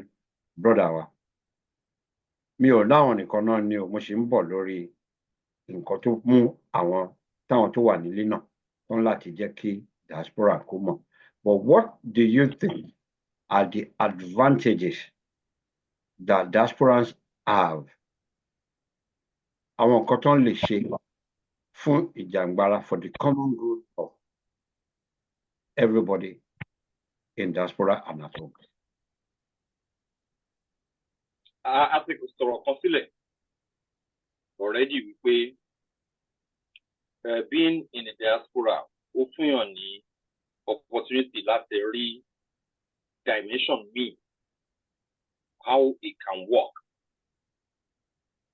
Having said that, ẹni tó wà ní diaspora ó máa leverage opportunity láti sọ̀rọ̀ freely, which is nǹkan tó wà ní diaspora, so to speak. So bí ṣe wà ń sìn, tí bá ní nǹkan tó fẹ́ sọ against the queen, mo lè sọ freely tó dẹ̀ sí nǹkan tó máa ti bẹ̀ kúrò. Mo lè sọ̀rọ̀ bí Douglas Murray in terms of ọ̀rọ̀ religion. Mo lè sọ̀rọ̀ bí so many activities out there tí wọ́n fún wa ní example possibilities, emboldenment, positive emboldenment téèyàn lè ní. So téèyàn bá wà ní diaspora, you have the advantage wípé ibi tó wà yìí o lè sọ nǹkan tó bá ń wù ẹ́. Nǹkan tó bá ń wù ẹ́ ó wà limited obviously, but at the same time liberalism yẹn wà ńbẹ̀. So for instance nísìnyí bó jẹ́ well ẹ jẹ́ ká sọ̀rọ̀ Yorùbá nation for instance, I can freely say wípé everything tó kúrò lára ìlànà, everything tó kúrò lára YSTM, everything tó kúrò lára any of those summary will be gbogbo ẹ̀ is a waste of time. Sí mi ò dẹ̀ bọ́dà ara mi pé ẹnìkan máa ṣe kíní kan àbẹ́nìkan máa sọ̀rọ̀. So unfortunately I still ní ability láti transfer leverage yẹn sí ọ̀rọ̀ Nàìjíríà. Àìmọye nǹkan ló ń hold wa back because melting pot still melt anything yẹn is a problem. Tí n bá ń sọ̀rọ̀ nípa Tinubu, mi ì fẹ́ sọ̀rọ̀ ẹ̀ such a way tó jẹ́ pé ó máa fún ọmọ Igbo àbí ó máa fún Northern ní advantage. One of the reasons that we need the Yoruba nation nìyẹn in such a way tó jẹ́ pé duty wa responsibility wa a lè carry it out. Ká sọ̀rọ̀, ká sọ̀kò ọ̀rọ̀, ká protest, ká march, ká ṣe anything tá a bá need láti ṣe. Àwa ti ní education yẹn ní diaspora. But àwọn tó wà ń dé, wọn ì tí ní exposure yẹn. Wọn ì tí ní enlightenment yẹn. They haven't seen that light. Àdẹ̀tí rí light yẹn. Òyìnbó máa ń sọ pé experience is the best teacher. Nísìnyí, àwọn láti wá bá ṣe máa ṣe tó jẹ́ pé a máa embolden àwọn èèyàn wa láti express ara wọn. But at the same time, a láti wà careful pé káwọn èèyàn má sọ̀rọ̀ kó kàn jẹ́ pé lórí conspiracy láti bà tẹnìkan jẹ́. For instance, I am one of those people tó jẹ́ pé mi ò lè stand Tinubu, mi ò lè stand it. But tí n bá gbé situation wa sórí scale, mo láti support Tinubu níbi tá a wà yìí. Ibo dẹ̀ ní gbogbo ideology ti wá, experience tí mo ní, thinking about nǹkan tó ṣẹlẹ̀ l'Amẹ́ríkà, thinking about nǹkan tó ṣẹlẹ̀ Canada, thinking about nǹkan tó ṣẹlẹ̀ France, thinking about nǹkan tó ṣẹlẹ̀ ní UK.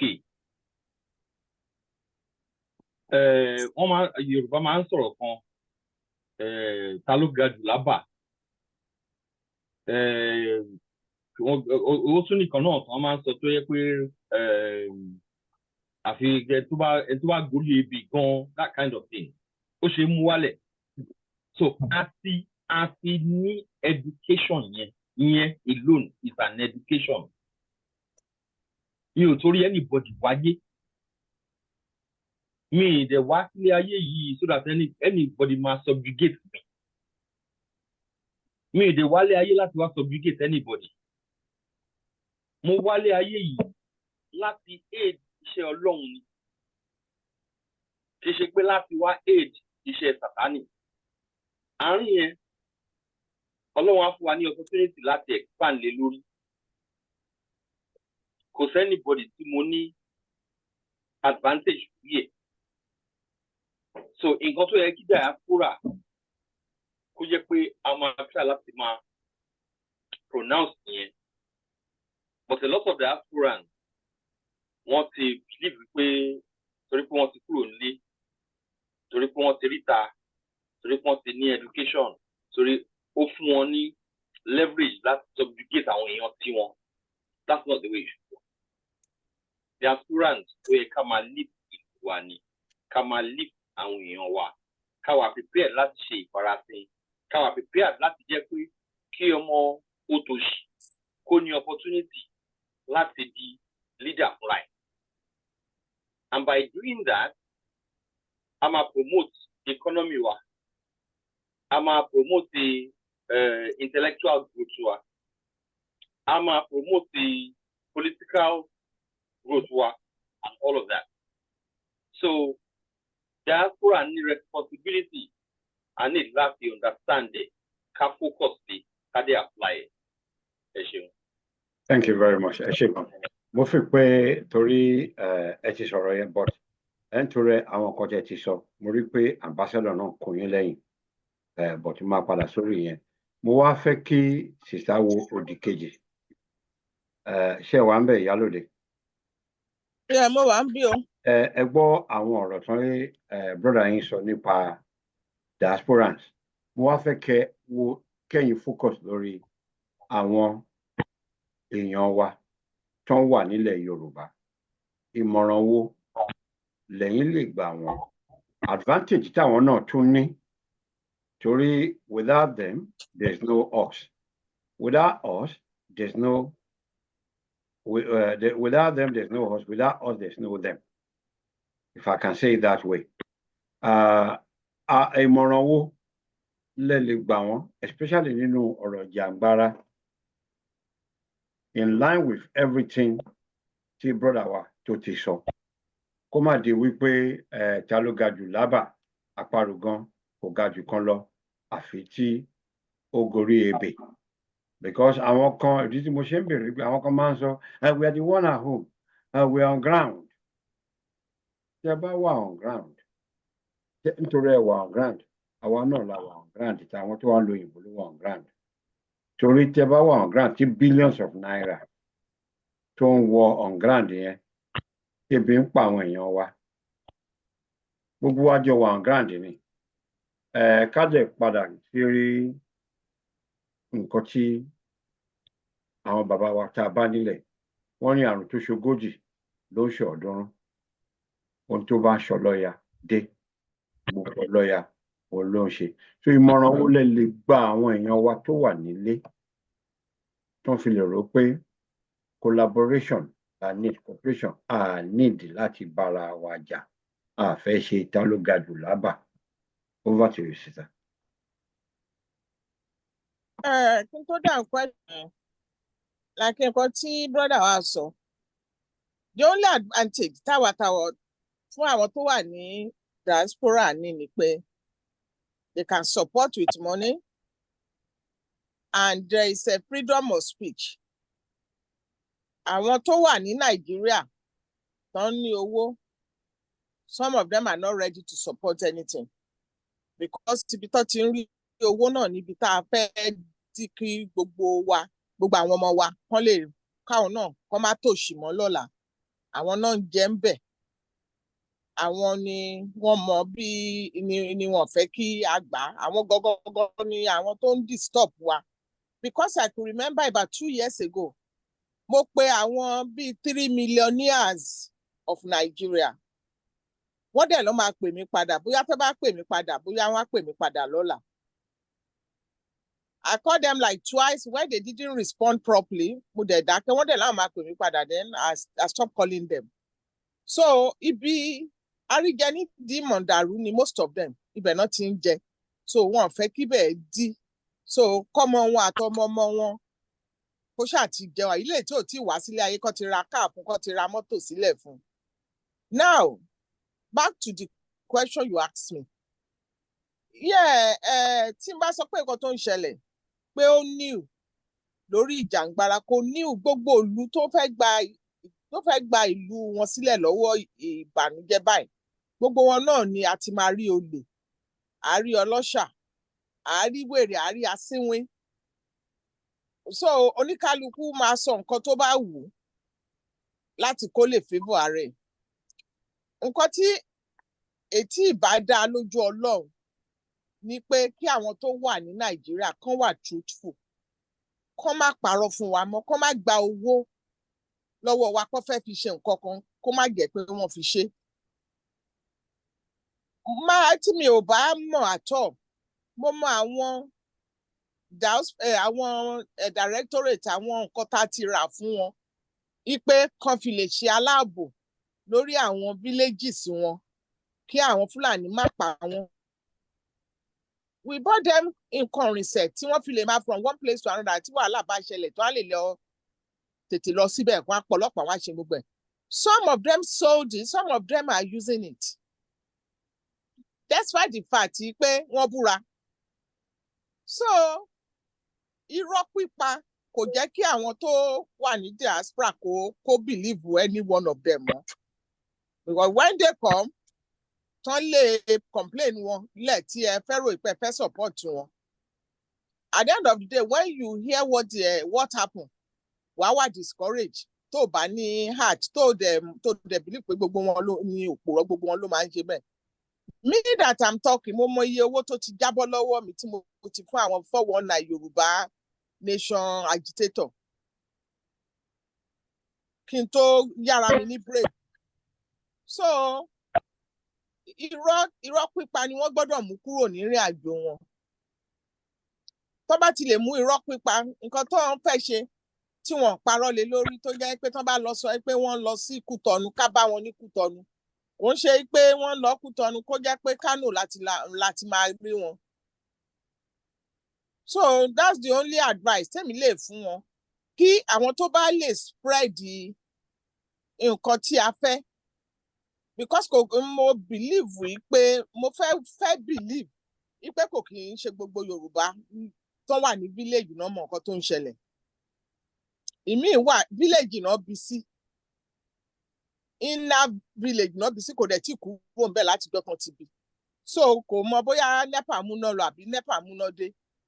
Kò mọ bóyá wọ́n ń sọ ọ̀rọ̀ lórí news àbọ̀ sọ̀rọ̀ lórí news. So ó difficult fún àwọn yẹn láti mọ nǹkan tó ń ṣẹlẹ̀. Tí àwọn politicians wa tọmọ bó ṣe mú wọn lè lọ sírú, wọn lè béèrè irú village yẹn, káwọn tó fẹ́ gbowó náà kan tún sọ fún wọn pé ibì kan wà, jẹ́ ká lọ campaign níbẹ̀. Wọ́n á ra exercise book àti pẹ́ẹ̀nì, wọ́n á lọ kó fún wọn. Àwọn èèyàn á máa pariwo, àwa ò lè pín o, Nàìjíríà làwa fẹ́ o.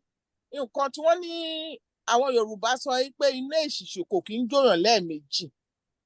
Nǹkan tí àwọn bàbá wa ti ṣe tó ń gba umbrella ti torí lórí èèyàn, tó ń gba ọtí wáìnì bí ẹni ọtí gin fi pé wọn ò mọ ọtí rí, tó ń gbà lọ́wọ́ òyìnbó, tó ń fún wọn ní ọmọ wọn láti fi ṣe ẹrú. Òun náà ló tún ṣẹlẹ̀ yìí. So we need awareness. Àwọn tó dẹ̀ wà on ground náà ló lè fún wa ní awareness. And we are not saying we're not going to support them if they are truthful. Àfẹ́ àwọn onírọ́ tán máa fi irọ́ máa gba owó wa. Owó ojú eégún lówó tí wọ́n ń pa láàbúrọ̀d kò ń ṣe wípé bóyá you just go and sit down in one place. Owó dẹ̀ máa wà ń bẹ̀ àbó wà nínú ilé. Apple tree wà lẹ́yìn ilé ẹ̀ tó ti máa lọ ṣá dollars àbí pounds.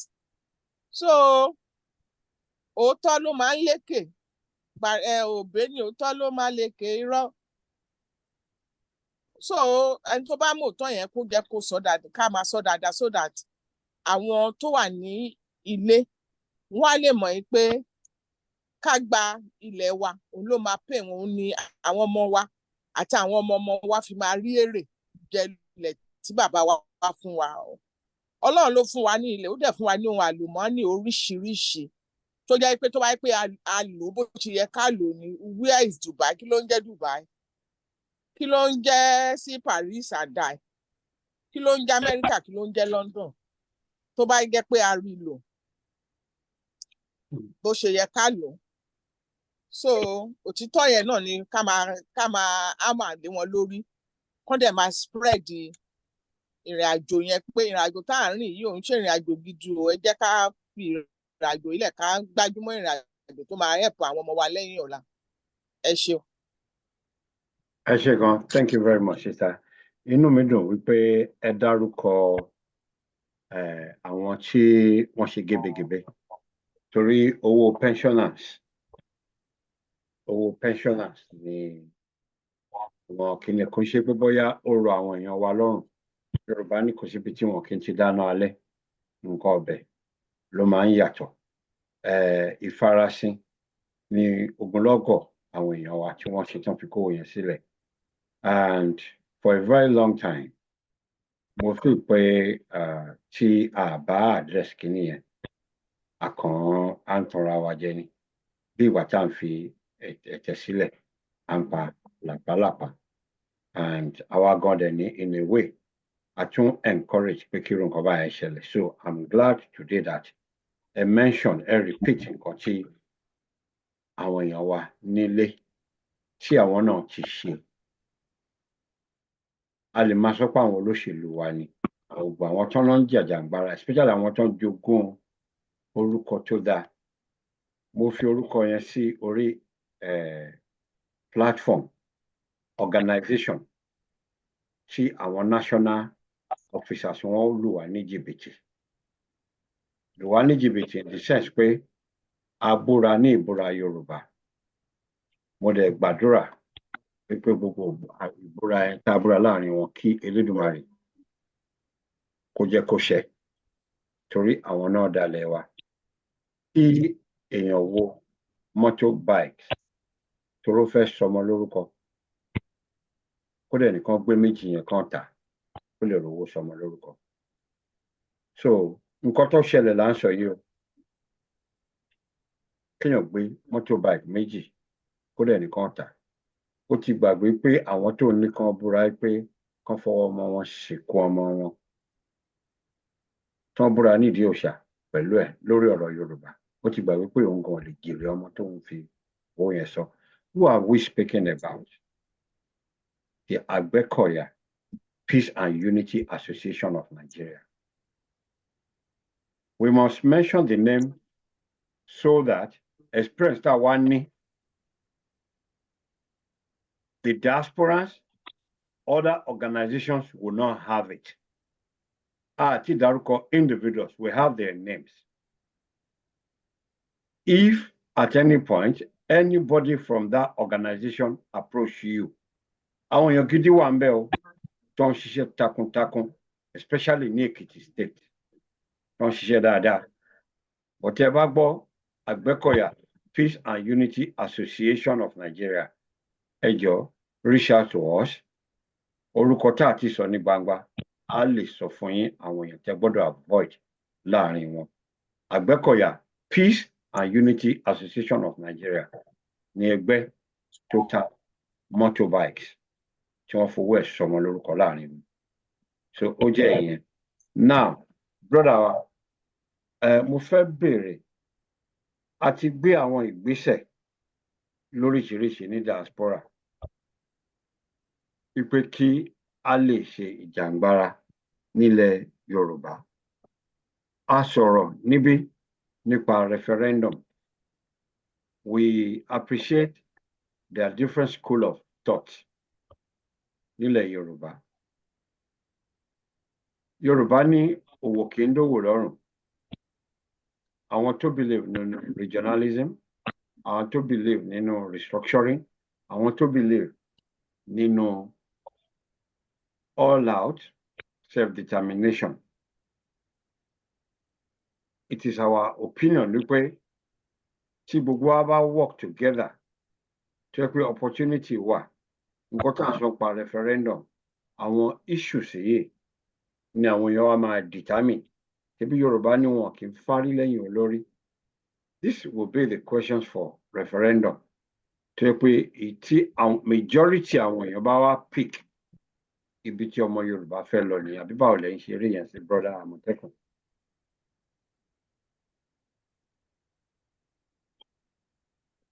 Mi mọ how many times láti sọ ọ̀rọ̀ yìí. Ó dẹ̀ wà kind of pivotal wípé kí I understand it. Mo máa ń sọ, màá ní internet bó ṣe jẹ́ gbanigbani bẹ́ẹ̀ ló jẹ́ panipani. Internet will continue to be a problem until tí àwọn èèyàn tó wá láwọn fẹ́ lead wa má bẹ̀rẹ̀ sí ní máa respect that ideology wípé 60 years ago àwọn tó lè dá sí ọ̀rọ̀ politics wà limited. Today, almost anybody ló lè dá sí.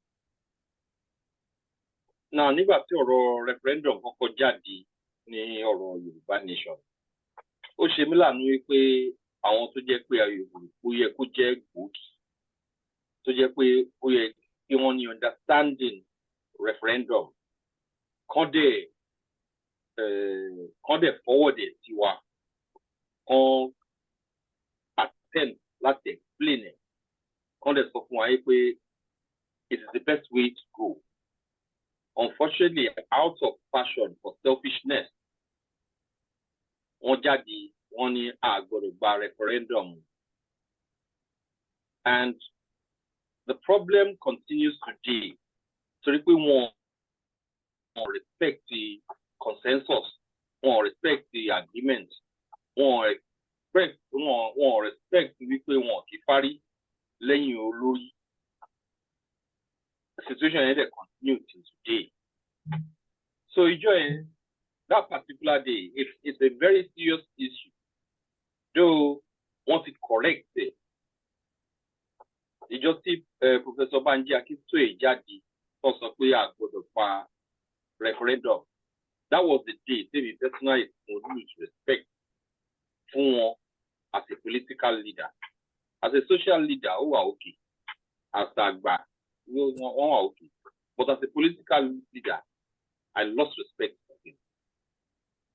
Later on, no one realized pé ọmọ Yorùbá ti gbọ́n jù yẹn lọ. Wọ́n try láti correct it by writing a book. Tó yẹ pé ohun wọ́n fi sọ̀rọ̀ yẹn, ẹ̀yìn ni ó ti jábọ́. Ìwé yẹn wò correct it mọ́. Because within 2-3 weeks, wọ́n sọ̀rọ̀ yẹn, àṣìríyàn tó yẹ kó follow ideology wọn tó ṣe ń pariwo fún ọmọ Yorùbá pé kò yẹ kí referendum wà. Now, mo intentionally dá ọ̀rọ̀ yìí sílẹ̀ because àti diaspora o àti homers o, I need olórí tó yẹ pé ó máa respect every sector, every stakeholder, so to speak. Diaspora need a serious part to play. In fact, diaspora were very important in the propagation of the struggle. But diaspora, at the end of the day, should not become arrogant. I need arrogance at any level. At any level. Now, after Agbekoya Kojale, ọ̀rọ̀ OPC gbàgbé, ọ̀rọ̀ àwọn general ṣẹ́rí socially a máa ń jáde sí social conditions ó máa ń ba àwọn èèyàn jẹ́. Ẹ̀yìn ìpàdé tó ní paríparí máa wà ọ̀pọ̀.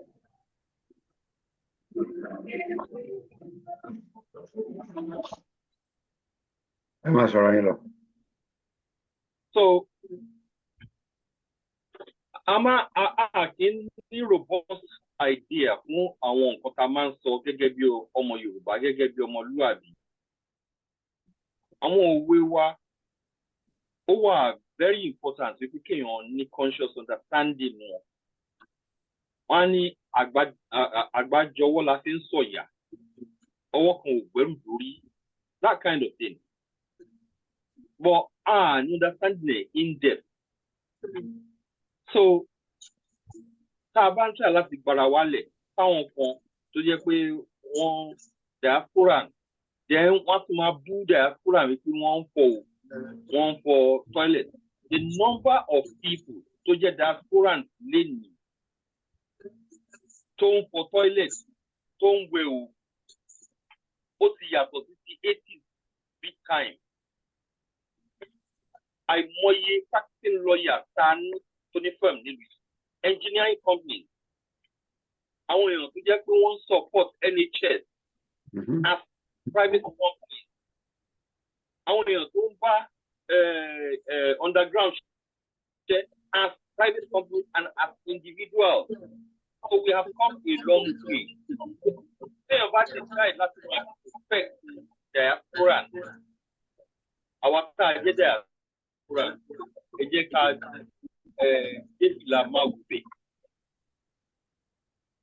we as diasporans have a serious job on our hands. So am I going to encourage you? Now coming back to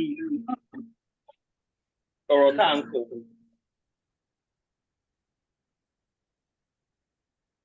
education is very positive to work. Apart from slavery, the idea was téèyàn wá fi ìwé téèyàn kà yẹn kéèyàn wá exemplify ẹ̀ nílùú ẹ̀ kéèyàn wá apply ẹ̀ nílùú ẹ̀ but because wọn ò fàyè gbà wá láti wá apply aláti apply láti ẹ̀yìn òdì bí ti bóyá ní church ni o bóyá ní mosque ni o bóyá ní industry ni o bóyá economics ni o bóyá politics ni o the diasporan is very very important because as a fojú gbiná lọ́nà méjì so tí wọ́n bá underestimate diasporan kí diasporan náà kó máa live ara ẹ̀. Kí ni ọ̀rọ̀ tí ẹ rán mi létí ọ̀rọ̀ tí Michelle Obama sọ ń jọ kìíní. If they go when they go low, we go high. So ẹ jẹ́ ká fọkàn sí wípé iṣẹ́ ta fẹ́ ṣe fún gbogbo wa ó demand wípé òkè ká máa soar like eagle. Ẹ má yẹ kí ìwà burúkú wọn. Ọ̀rọ̀ Àgbẹ̀kọ̀yà yìí. Bóyá later on lẹ́ni àbíkó jẹ́ lọ́la máa pe Báyìísá Ògèdèngbé màá rán wọn létí nǹkan kan tàjọ sọ lágbára Ọlọ́run because experience ilé ayé yìí teacher ni. So experience èèyàn bá ní going forward ló yẹ kí èèyàn apply ẹ̀. Ọ̀rọ̀ Yorùbá nation kò tí ì parí o. Àṣírí direction ta kọrí mọ́ tẹ́lẹ̀ àṣírí direction yẹn ti ń tú nísìnyí ìyẹn ṣe la ṣe ní àwọn kan tó tún wá dìde nísìnyí tó sọ pé no báyìí ló yẹ ká gbà regionalism ló yẹ ká ṣe a sọ̀rọ̀ yìí láti ẹ bá rò pé regionalism ló yẹ ká ṣe kí ló dé tẹ kọ́kọ́ larí mọ́ Yorùbá nation. So iṣẹ́ diaspora tàbá fẹ́ jókòó ká calculate èmi á lè argue nísìnyí pé it's over 50% of the need láti go forward it's with the diaspora ṣùgbọ́n diaspora náà àìdí get ara wa ẹ ṣeun. Thank you very much ẹ ṣé gan and ó dàbí ẹni wípé ìbéèrè pọ̀ tá a fẹ́ sọ bọ̀ gẹ́gẹ́ bá ti gbọ́ nínú ìròyìn tí wọ́n sọ lẹ́yìn olóyè Sunday Igboho wọ́n wà ní Nàìjíríà gẹ́gẹ́ bá ṣe gbọ́ and in one of the videos tí mo wò ó ṣe nǹkan kan tó jẹ́ pé many people lè má mọ̀ ó yẹ ká sọ torí Yorùbá ní yínníyínní ká lè ṣe mí ara àwọn nǹkan tí diaspora sọ àwọn gan tí wọ́n sọ wípé Barrister ẹ jọ̀ọ́ tí wọ́n bá ti fi mí sílẹ̀ mo fẹ́ wá dúpẹ́ Yorùbá ní tí náà bá tán láṣọ ẹ̀jẹ̀ ò kì í tán lè kanná many people kò ń ṣe àwa nìkan ló nípa nínú bí wọ́n ṣe folóyè sílẹ̀. As a matter of fact, the day it was released, I was on the phone with him. He said he would call me back within 2 minutes. Within 2 minutes, more internet it. So, but what am I saying is, he went to see one of the KBACs. This is an example of the collaboration between diasporans and those at home. Agbajowo la fi ń sọ̀yà. Kábíyèsí drive mọ́tò fún rẹ̀ lóru. Ó dẹ̀ lọ gba signature lọ́wọ́ àwọn ọba Yorùbá bíi 12 wọ́n sign character witness fún Sunday Igboho. Orílẹ̀ Kínta ọba Teju Oṣó. And ọba mi. So when I mentioned it to Sunday Igboho Olóyè, only please get me the list. We forwarded it to him. I'm glad kí gẹ́gẹ́ bí ọmọ ọkọ yẹ kó ṣe ó lọ dúpẹ́ pé bàbá mi ń gbà tó fún mi list mo rórúkọ yín níbẹ̀. Yorùbá ní ẹni tó bá mogún ojú ògún ló yẹ kó pabì nírẹ̀. The lead counsel of Sunday Igboho wà ní France. We were talking every other day. Òun ló demand látọ̀dọ̀ wa pé ṣe báyìí. Ó jẹ́ ìkan nínú àwọn nǹkan tí diaspora ta ṣe in collaboration. Yorùbá ní kù díẹ̀ ní wọ́n ró gẹ́gẹ́ bí brother wa Àmọ̀tẹ́kùn ṣe sọ, and there are so many other things. Through one of our brothers that works with the House of Lords in UK, we were able to address Lord Cost Committee in the House of Lords. We went there with a compendium of atrocities being committed in Yoruba land. We've written to the Amnesty International. We have also written to Benin Embassy. They wrote to us, they responded, and they told our sister, Barrister Chinu Akinshola, we can't job. Because in our petition, as you mentioned, we pay the Yoruba should keep coming to picket in front of the embassy until they release our brother. They said they will look into it.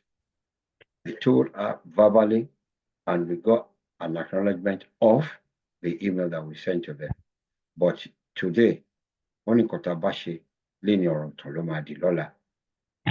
So to think, and Kasha Maso, I wanted to one Nigeria. I won't release anything. Agba lawyer fun, won se kini kan. Agba jowo. I'm saying all these things because tomodi o ba gbo itan, agba aroba ni baba itan. We can't do nothing without those at home. Those at home cannot do anything without us. And the act of communication, we understand, is good understanding. Torí a kan pariwo ọjà ni, tẹ́ bá sọ̀rọ̀ tí mo sọ̀rọ̀, tí diaspora sọ̀rọ̀ tí àwọn Nigerians sọ̀rọ̀. Fault wà ní méjèèjì, kò pé.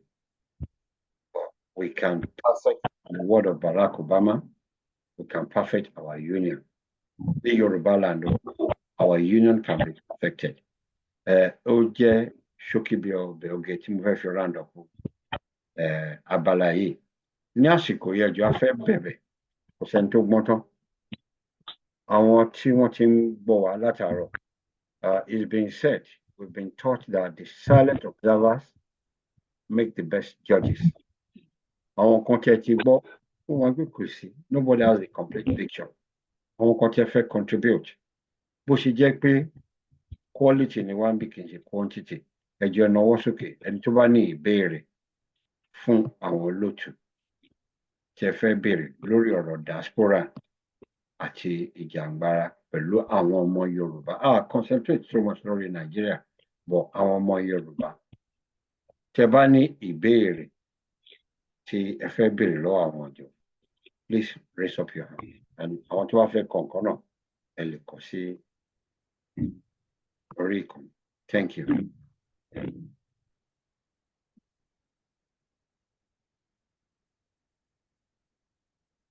Àwọn ọ̀jọ̀gbọ́n ń béèrè, wọ́n ń dúró. Baba Adebayo, do you have any question? Mama Anna Adeboye, Brother Lanre Ibrahim, Brother Napoleon Owotomo, Mr. Wale Onigemo, then Mr. Olu.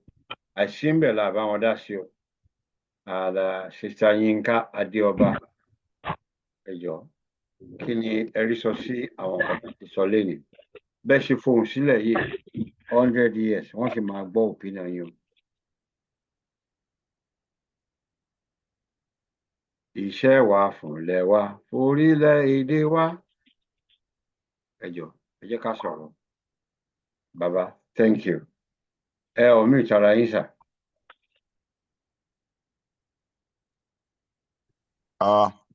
Ìpàdé òní ó dá gan, a dúpẹ́ fún àwọn ọ̀jọ̀gbọ́n wa kó tó ń sọ.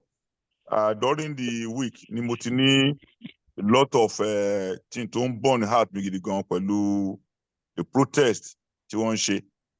And láti wà mọ̀ pé gbogbo àtàwà nípàdé yìí a gbọ́dọ̀ mọ̀ pé àwa very important ní diaspora ká mọ̀ nǹkan tó ń lọ ká dẹ̀ máa respond.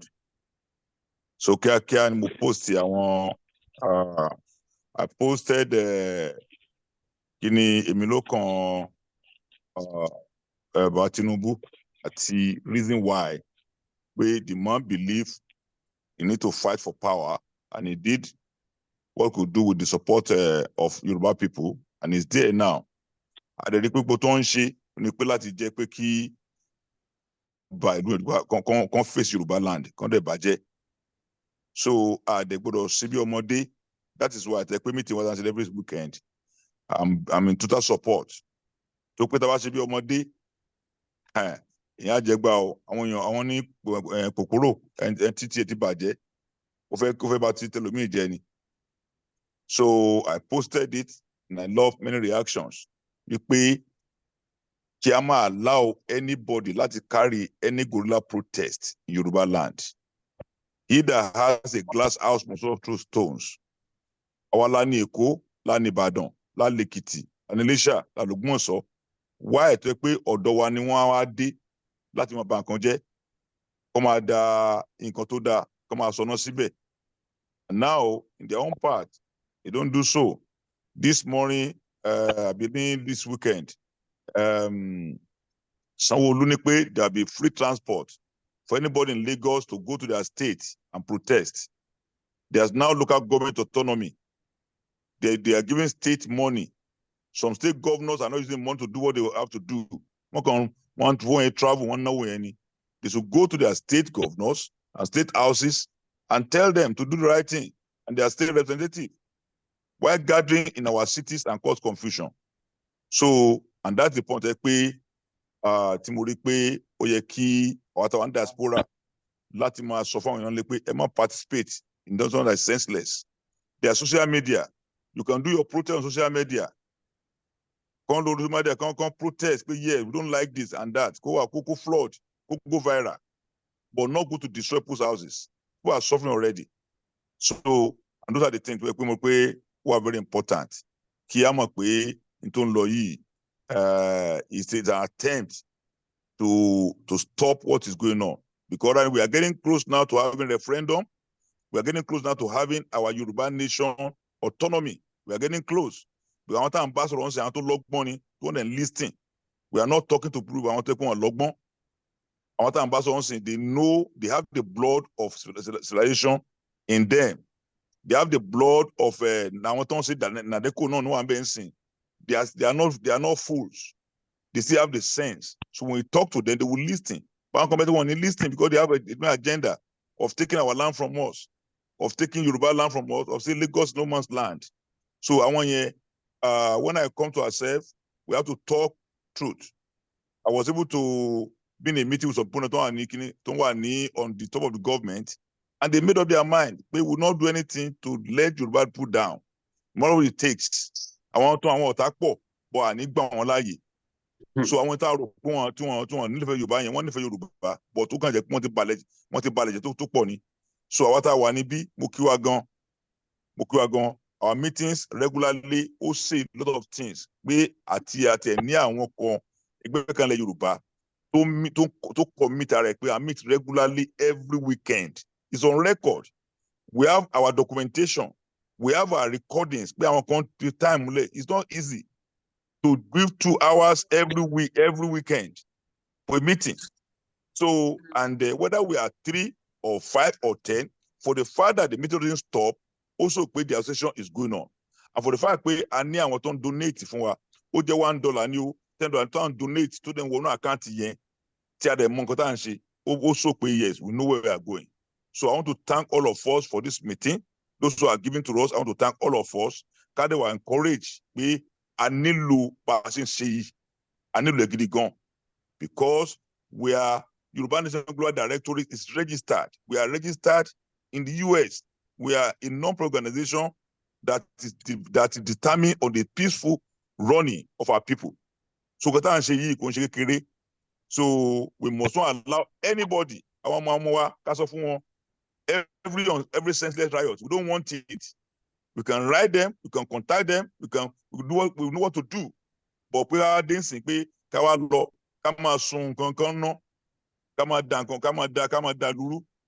not be allowed. Will not be allowed.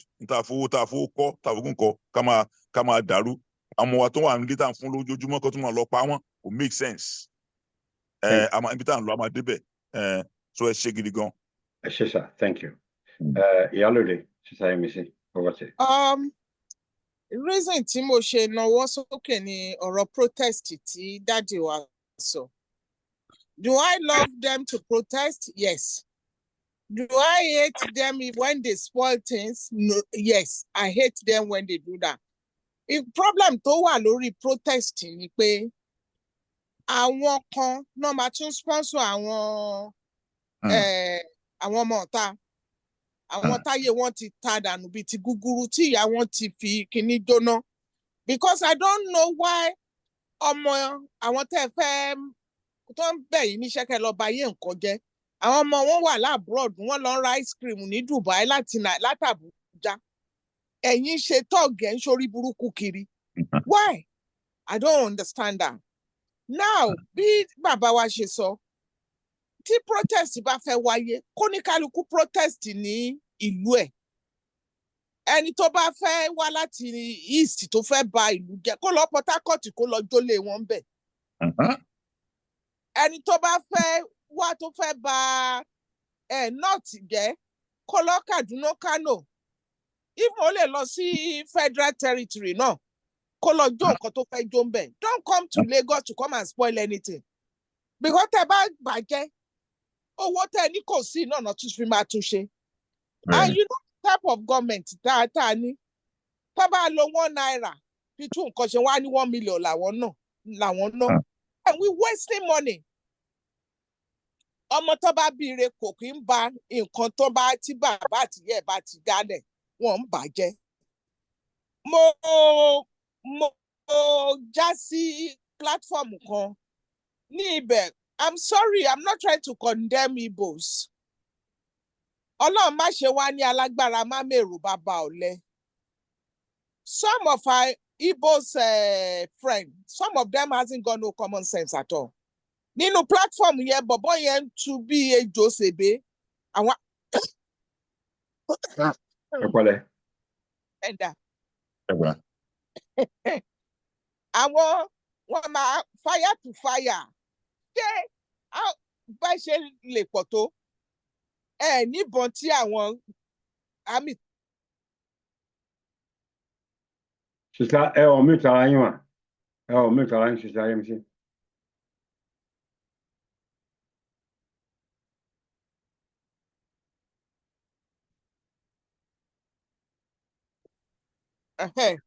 Kò sí bẹ́ẹ̀ ṣe lè pọ̀ tó.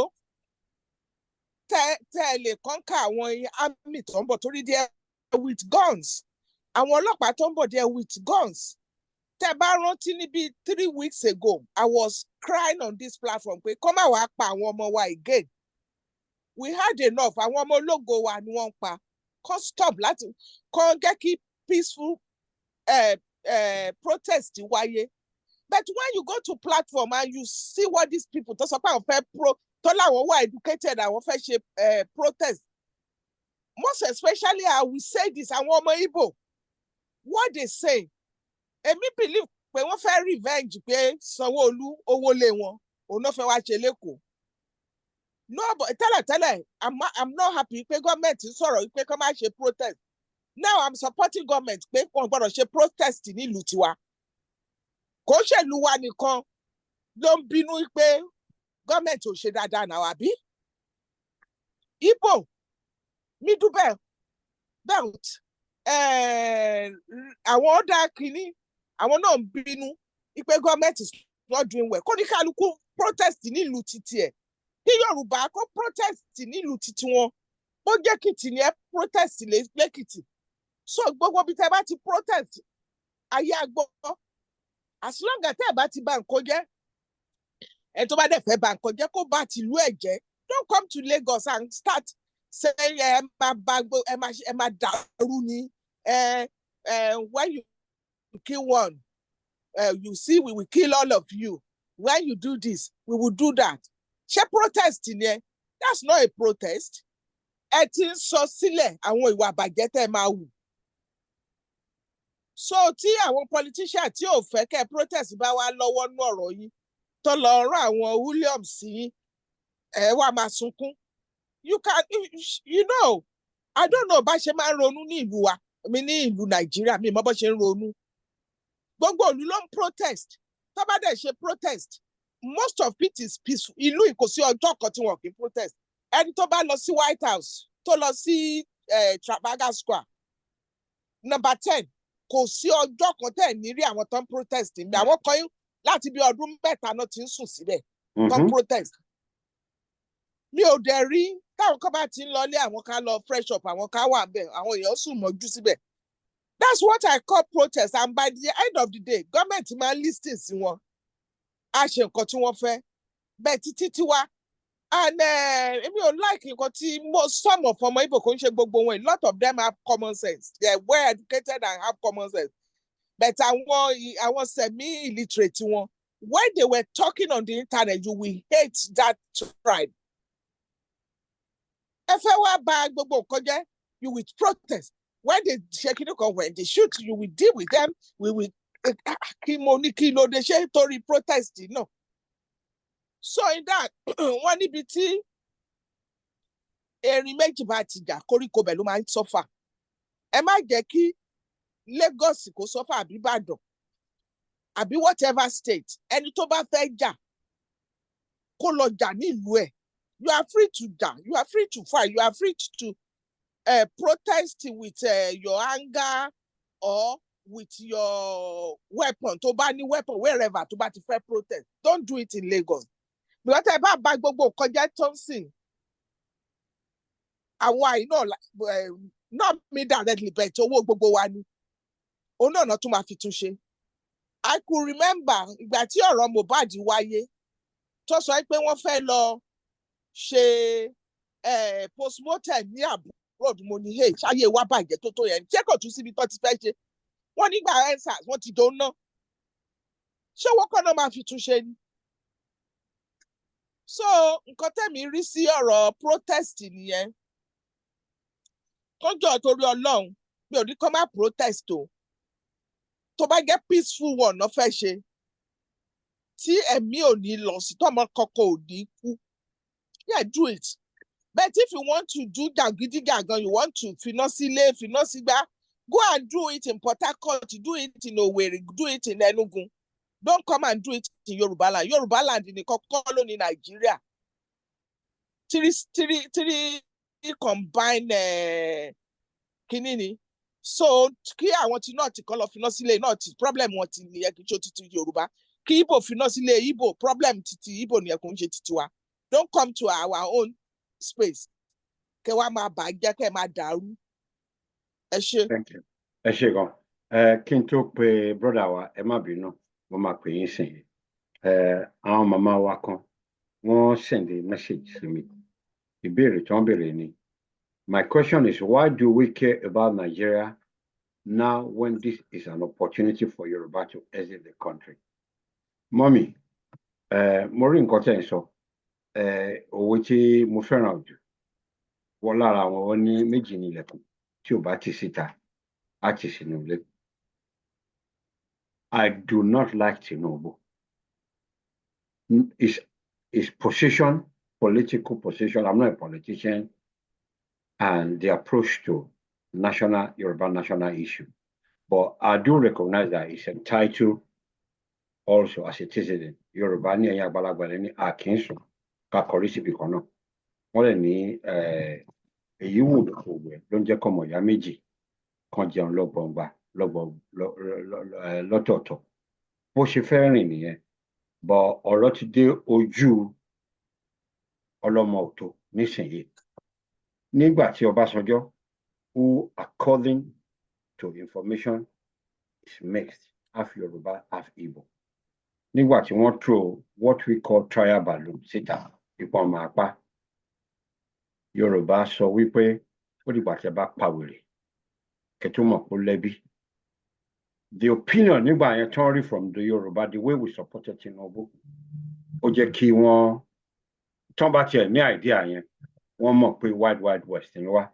Wọ́n fi Ọbásanjọ́ sílẹ̀, ó dẹ̀ ṣọdún 8. Now, when ọmọ wa tó ní òun ò rí nǹkan bí Yorùbá tó ló ń fẹ́ dìbò lẹ́kọ̀ọ́, we stood against him. We spoke out. A lot of people don't like it. Want to look to low sponsor wa kini koni. But gẹ́gẹ́ bí ọmọ wa Àṣàkẹ́ kò kàn wá kò kàn wá wọ́n ti gé wa létí lọ. We say the truth. Now, ọ̀rọ̀ yìí ti débi yìí nísìnyìí. Ìbéèrè tẹ́ ẹ bèrè ní pé ṣé opportunity kan ni. Mọ́mì, nǹkan tó ń pè ní anarchy. Tá a bá ṣọ́ra tí ọmọ ọ̀dọ̀ náà tí ò bá fọgbọ́n ṣe. What is my position? Gẹ́gẹ́ bí Sísáyẹ́mí ṣe sọ. I believe it's the fundamental human right of citizens. And Nigeria is a signatory to so many treaties. And there's no reason why a citizen of Nigeria should be deterred. But we know too well, the primary job of any responsible government is security of life and properties. With the political tones, religious tones, and the lack of the vested interest and the lack of one unifying purpose for the common good of all. In no protest, ó show pé calamity ni. Èmi ò ní káwọn má protest o, and we have it on good record. Nnamdi Kanu ti sọ, even if you go to the church Yoruba pastor, tó bá lọ, you are a fool. Tó bá lọ, destroy their property, do this. Ó easy láti bà nǹkan jẹ́ jù láti tún ṣe lọ. I don't think it will serve any interest of any Yoruba person to sit back. Wọ́n lọ mú àlè ló fọwọ́ sí júwe ilé bàbá ẹ̀. No matter how we feel about Tinubu. Ó pé káwa jẹ́ kí wọ́n bà nǹkan jẹ́ fún àwọn èèyàn lÉkòó. There are some people who were obedient during the EndSARS. Placard náà gbé, they want a change. But láàárín wọn làwọn aríjẹ nídìí mọ̀dàrú ti bọ́ síbẹ̀ tán ti lọ ń gbé ọba. I don't care the quality of the ọba tí ọba Yorùbá jẹ́, but ìtìjú ni fún pé ọba Yorùbá tèmi. Àwọn ẹnìkan gbé ọ̀pá ẹ̀ wọ́n dójú tì í. Mi ò fẹ́ rí mọ́. I don't pray for it in my lifetime. So I don't want them. Tí wọ́n bá fẹ́ vote, I don't fẹ́ vote, wọ́n fẹ́ protest, let them go to their local government. Kan lọ sí ìlú wọn. That's position ti tèmi personally nìyẹn o. And not only that, mo fẹ́ bẹ̀ wá lẹ́bẹ̀ kan. A lè dákẹ́ kárí nǹkan kó máa bàjẹ́ ká máa wò. Ẹ̀yin bàbá wa pẹ̀lú ìyàwó ẹni ọ̀gẹ̀dẹ̀ ń bàjẹ́, àníṣe ló ń pọ́n. We should write petition to the government. We should use all legitimate and every ground that we feel is civilized. Láti rí ṣe àwọn politicians wa from the local government to the state and the federal. Àparò kan ọ̀gá jù kan lọ. They're just our servants. Ká dẹ̀ stop láti máa kọrin ta ló sọ pé àwọn ní bàbá. Ìyẹn ò mí pé èèyàn pè èèyàn ní kíní kan mí pé èèyàn respect èèyàn. Ẹ jọ̀ọ́, once somebody canvass for your vote, they're accountable to you. So we should be able to ask them questions. But I take this position. Mi ò fẹ́ àdúrà ni mò ń gbà fún Tinubu, mi ò dìbò fún o. Pẹ̀lú opinion mi nípa ẹ̀, mi ò dìbò fún. But I don't want him to fail. I pray. Orúkọ nǹkan tó symbolize nǹkan tó gbèrú lẹ́nìí, ó ju òun gan lọ. Yorùbá ni. I pray that he will succeed. Yorùbá ní bá mi ran ọmọ mi, kò dé inú ọlọ́mọ. Wọ́n ní ká lé ẹran lọ náà, ká tó fi àbọ̀ fádìyẹ. Ilé ẹni la ti ń jèkó tẹ́lẹ̀ onídòdó. There are some things Yoruba should not join hand with other regions to do against our own. Gbọ́dọ̀ ṣe, our liberalism should not disturb us. Tá a bá ní àṣẹ sí, ẹ jẹ́ ká rányàn sí. Pé báyìí làwọn ọmọ ẹ ṣe feel o, báwo làwọn ará ilé ẹ ṣe feel o. Because gbogbo wa we all stamp with expiry date. Èyí tí bàbá Awólọ́wọ̀ ṣe, àmọ́. It's on good record. But the first military coup was perpetrated by the Igbo people who killed the northern leaders, killed some Yoruba leaders. It's on good record that the first civil war was perpetrated by the Igbos. And it is on good record that the Constitution of Nigeria, the independent constitution that we're talking about today, were changed by these same people. one of the leaders who supported what doesn't serve our national interest died last week. Ẹ má fọ̀rùn yọ̀ wá, gbogbo àlá ń lọ. A gbọ́dọ̀ sòótọ́.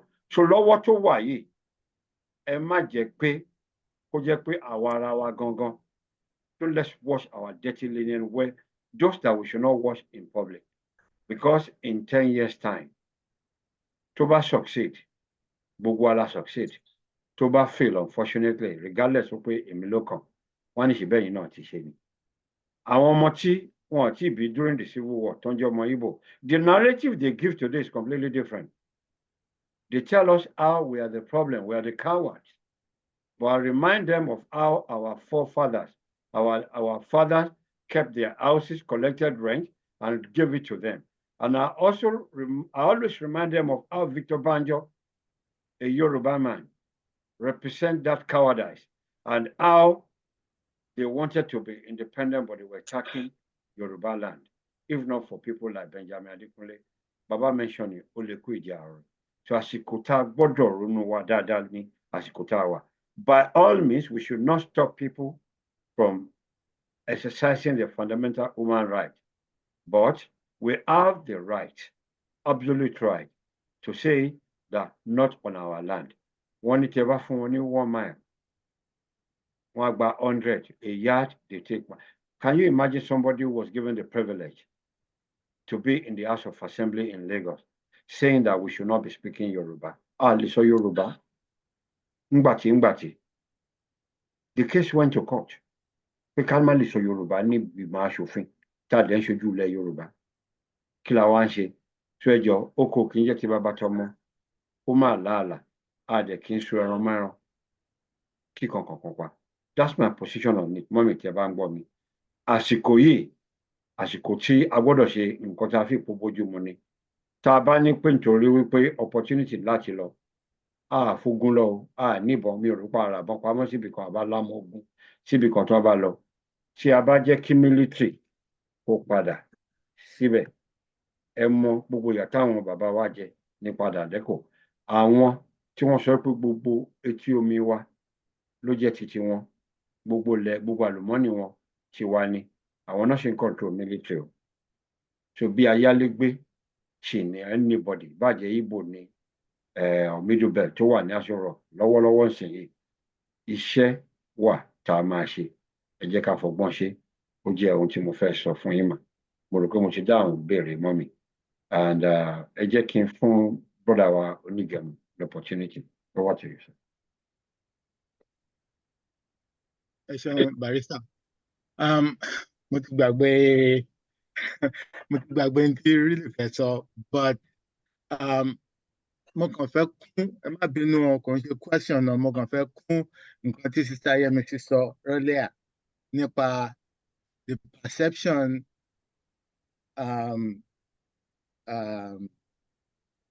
our diasporans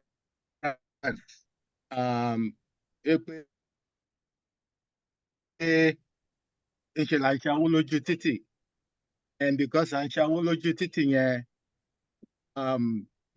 bàbá ti fi ránṣẹ́ sí family ọwọ́ bàbá pé gbogbo support stand fún Ìjàngbara, wọ́n fi pé it's just very easy. It comes next to nothing. Mo fẹ́ lo platform yẹn láti fi kan realize pé à ń forí pa ọrùn pa ń bíbá yìí ni. But nítorí ìfẹ́ ta ní, ìfẹ́ tí everybody ní gbogbo nǹkan tá à ń ṣe, ẹ jọ̀ọ́ nítorí Ọlọ́run, the best thing, the best support ẹ lè fún wa òun ni pé báwa ṣe ń ṣe conscientiously. Àwọn Yorùbá tó wà nílé, ẹ jọ̀ọ́ nítorí Ọlọ́run, ẹ fi conscience yín sí, ẹ fi support, and that's the only way a lè fi wà successful. I mean, ẹ wo, gbogbo wa la ní way, one way or the other, that fi contribute. Meaning, as an example, every Saturday, tí n bá wà meeting, ṣe pé bóyá mo wà nílé mi, iṣẹ́ ni mo wà, mo ń ṣe. I just happen to have the opportunity láti lè join Zoom meeting without being interrupted pẹ̀lú níbi iṣẹ́ mi nítorí ó jẹ́ Saturday, hospital mo ti ń ṣiṣẹ́. But I have that opportunity. Mo dẹ̀ nítorí ìfẹ́ Yorùbá ni mo ṣe ń contribute to time. Right now, iṣẹ́ ni mo ń ṣe, but I have to do this. I have to do this nítorí àgbà là ń gbà kí ìran Yorùbá má parẹ́, ìjọ nítorí Ọlọ́run mo fi bẹ̀yìn. Ẹ ṣé. Thank you very much, Mr. Nigemo. Ẹ ṣé gan. Ṣé rí mi ò fẹ́ sáré gbé wọn kúrò tí ẹ bá rí background yẹn ibi iṣẹ́ náà wà o fún opportunity fún àwọn tí wọ́n máa wo fídíò yìí. Ìfẹ́ Yorùbá ni is in the United States of America. Kò ń ṣe pé wọ́n rí nǹkan ṣe kò is not about. You can log on that ọ̀dọ̀ wa ní lílé wa tó yẹ pé ó yàtọ̀ fún owó tí wọ́n ń gbà lórí internet láti stream music or videos. Tí a bá ti san token omi òjò ni. So there's no room for boredom ní ọ̀dọ̀ wa. But ìfẹ́ ìlú ló jẹ́ kí èèyàn channel energy ẹ̀ kí ilé èèyàn kó má di bí àwọn Australian tó ń tọrọ nínú referendum pé kánjọ kan ti recognize àwọn citizen nílùú wọn àbí rent India tó ń lè sọ̀rọ̀ mọ́ àbí Kurdish tó yẹ pé they are all over the world wọ́n ti di wanderers ìyẹn la fẹ́ fún Yorùbá o. Ẹ jọ̀ọ́ ẹnìkan bèèrè lọ́wọ́ mi pé ṣó possible kan gbà lónìí.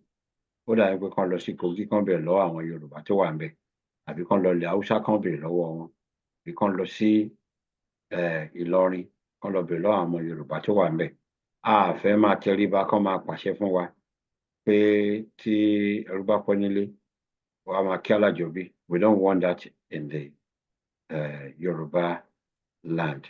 So nǹkan tí ẹ ṣe rírọ àwọn bàbá wa tí wọ́n ń sọ̀rọ̀ ní gbogbo wa tí wọ́n dẹ̀ ń dá sí ò nìyẹn. Ẹ jọ̀ọ́ ẹ jẹ́ kí n pè ẹni tí mo tún fẹ́ pè yìí náà wọ́n á sọ ibi tán wà fún yín and I believe pé ibi iṣẹ́ làwọn náà wà tán ti dá sétò yìí. So kò ṣọ̀lẹ nílùú òyìnbó kò dẹ̀ ṣe pé a fẹ́ dá lérú àtúnṣe la fẹ́. Mr. Owótọ́mọ, please unmute yourself. Thank you. Mr. Owótọ́mọ, ẹ unmute ara yín o. Mr. Owótọ́mọ, ẹ nawọ́ sókè ẹ jọ̀ọ́ unmute ara yín o. Yes, ẹ káalẹ́, ẹ kúrọ̀lẹ́. Alẹ́. Yes. Yeah, ẹ má bínú gbogbo ilé. Mo kàn fẹ́ béèrè àwọn kankan kékeré kan ni. Right.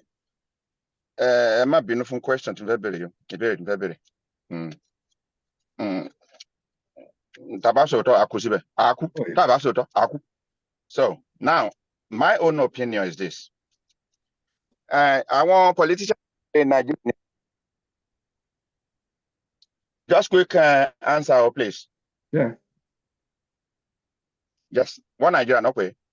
Yeah. So why do you put our version in Nigeria? Some version to my affect maybe affect not. Criticize one or their ways. But yeah, Nigeria government. Why do you come having divide one? And then we fall into that trap. They divide us. Last time they did the same thing. So now, during the NSAS, right? I want guys to protesting behind to end the bad police brutality. Our people you want be ibon lower won't be anything lower, abi? Or be flag lower. On the 19th, I remember on the 19th of that month. Suddenly, I don't know why. More people suddenly on the 19th. Right? I have to hide from my children. Now on the 20th, I got news from Power. I'm working in life telling. And then suddenly, so I want low escalate while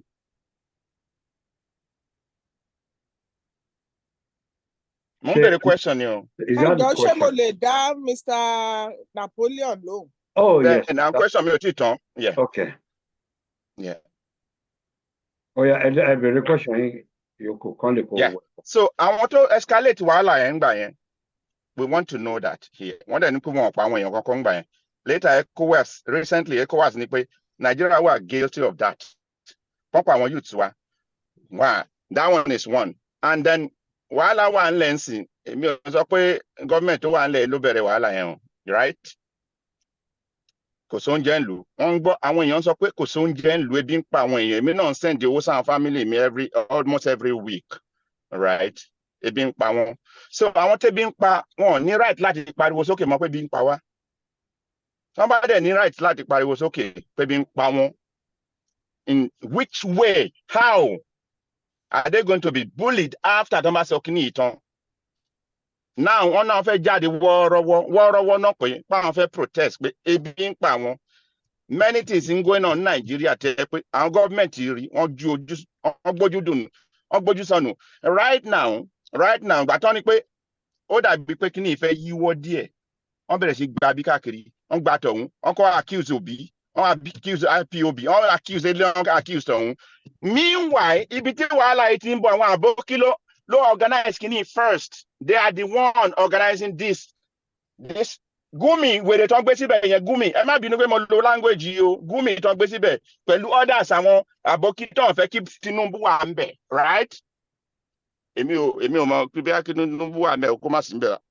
I'm less concerned. So, nǹkan tó ń ṣe mí kọ́ yẹn, right? So, àwọn àbókí ẹ lọ organize kí ni, nọ́ bẹ̀rẹ̀ gbogbo pálapàla ẹ̀. Now, owó ti ń dé ọwọ́ wọn ti ń withdraw gradually, right? It's a reality. So, yeah, well, I don't want to say that anyway. That one is a second one, no. Now, Ọlọ́run má jàre o. Èmi ò wá mọ̀ bóyá kó dẹ̀ ṣẹlẹ̀ o, I don't know.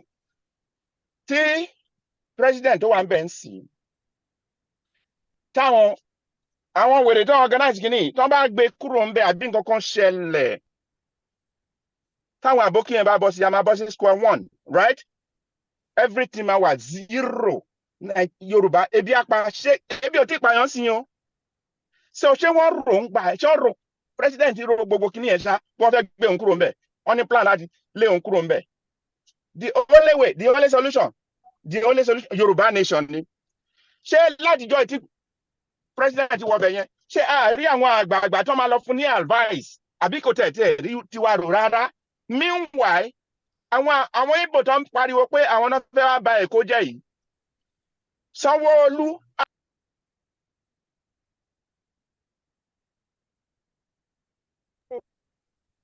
ta ọgbà ní Ìbẹ̀jú Lẹ́kì, right? Ó tà fáwọn àwọn ọmọ Ìgbò.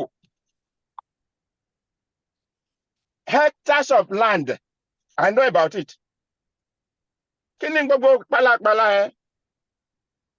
Ẹ lẹ́ni pé kán kúrò bí wọ́n fẹ́ gba Èkó mọ́ yín lọ́wọ́ ẹ tí wọ́n ń talẹ̀ fún wọn. So make sense, yeah? Ẹ má bínú, my opinion tèmi ni mo sọ yìí o. Ẹ ṣé gan, thank you very much. Kì í sọ ń bẹ̀ ká kú síbẹ̀. Gbogbo ọmọ kan ló lẹ́nu láti sọ̀rọ̀, and we need to begin to learn to respect dissenting opinions. Ẹ ti sọ ti yín, ẹ jẹ́ kí Sister Yemisi kí wọ́n fún yín lésì, Sister. Orí question wọn lèmi fẹ́ dáhùn sí, ó dà pé wọ́n contradict ara wọn on the first question to the second and the third question. First of all, first question wọn nípa protest, wọ́n mú answers sí. Even kéèyàn jẹ́ olórí burúkú Òbí, ó máa sun ẹkún ní answers protest nǹkan tó ṣẹlẹ̀. Because àwọn ọmọ yẹn ò lọ láti da ìlú rú, wọ́n lọ láti fi ẹ̀hónú hàn ni. Kí ẹni tó jẹ́ pé ó make àwọn ìyá àwọn ọmọ tó pa sun ẹkún, òun náà gbogbo ìdílé ẹ̀ náà wọ́n sì máa sunkún lórí ọmọ títí wọn. Ìyẹn ìkan. So contradiction tí èmi sọ pé wọ́n contradict ẹ̀ ni pé sọ pé ṣé wọn ò ní right láti fi ẹ̀hónú hàn. Of course, everybody have the right. Any person tí ò ń ṣe ẹrú ó ní right láti fi ẹ̀hónú ẹ̀. Mo make mention kan pé ní ìlú 24/7 on protest. when you get to Stravaga Square at the Western kini, everyone bẹ̀ tó ní kálukú ta tent síbẹ̀. Tó bá di àárọ̀ wọ́n á gbé plaque kini wọn. We want this, we want that. Government have to do this.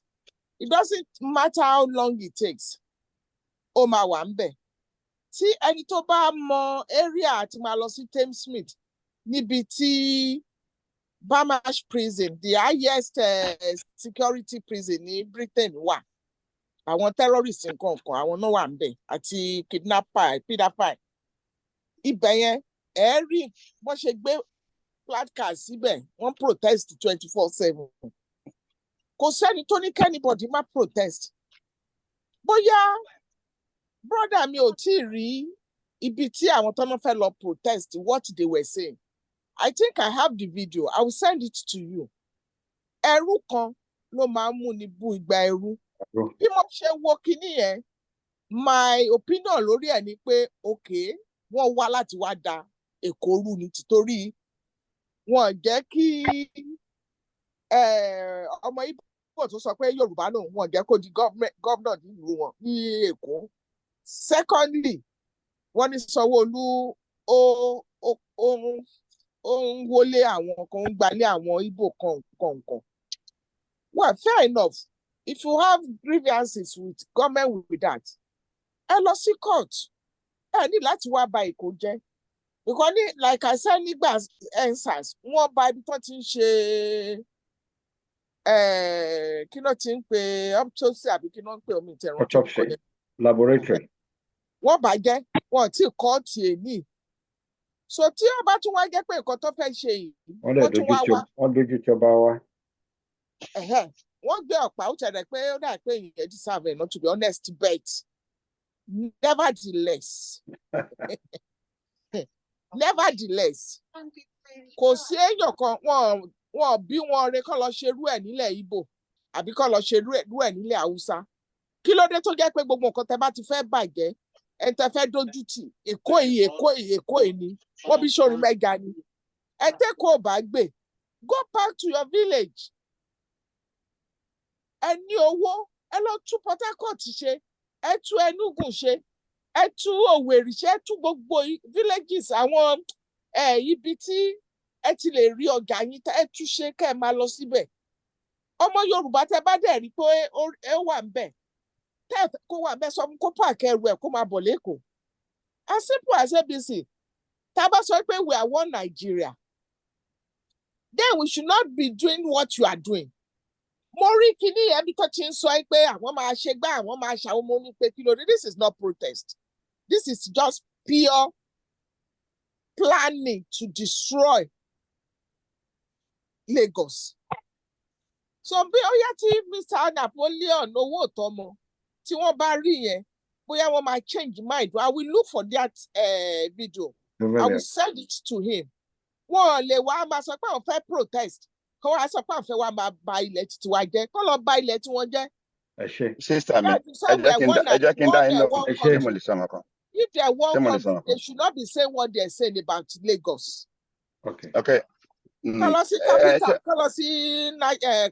Capital territory. And video protest ní Tinubu wà ibẹ̀ ní gbogbo àwọn ajẹgúdújẹrá wà. That's the first question. Second question, answer please.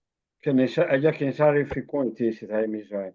99%. Briefly, ẹ máa add some story ẹ jọ. 99% of those in the video, they're all Igbos.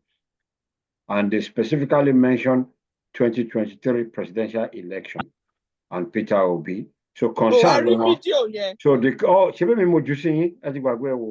their concern is not about the hardship in the country, but rather the change of government, the loss of the presidential election. Sister, any day, Igbos. I saw it.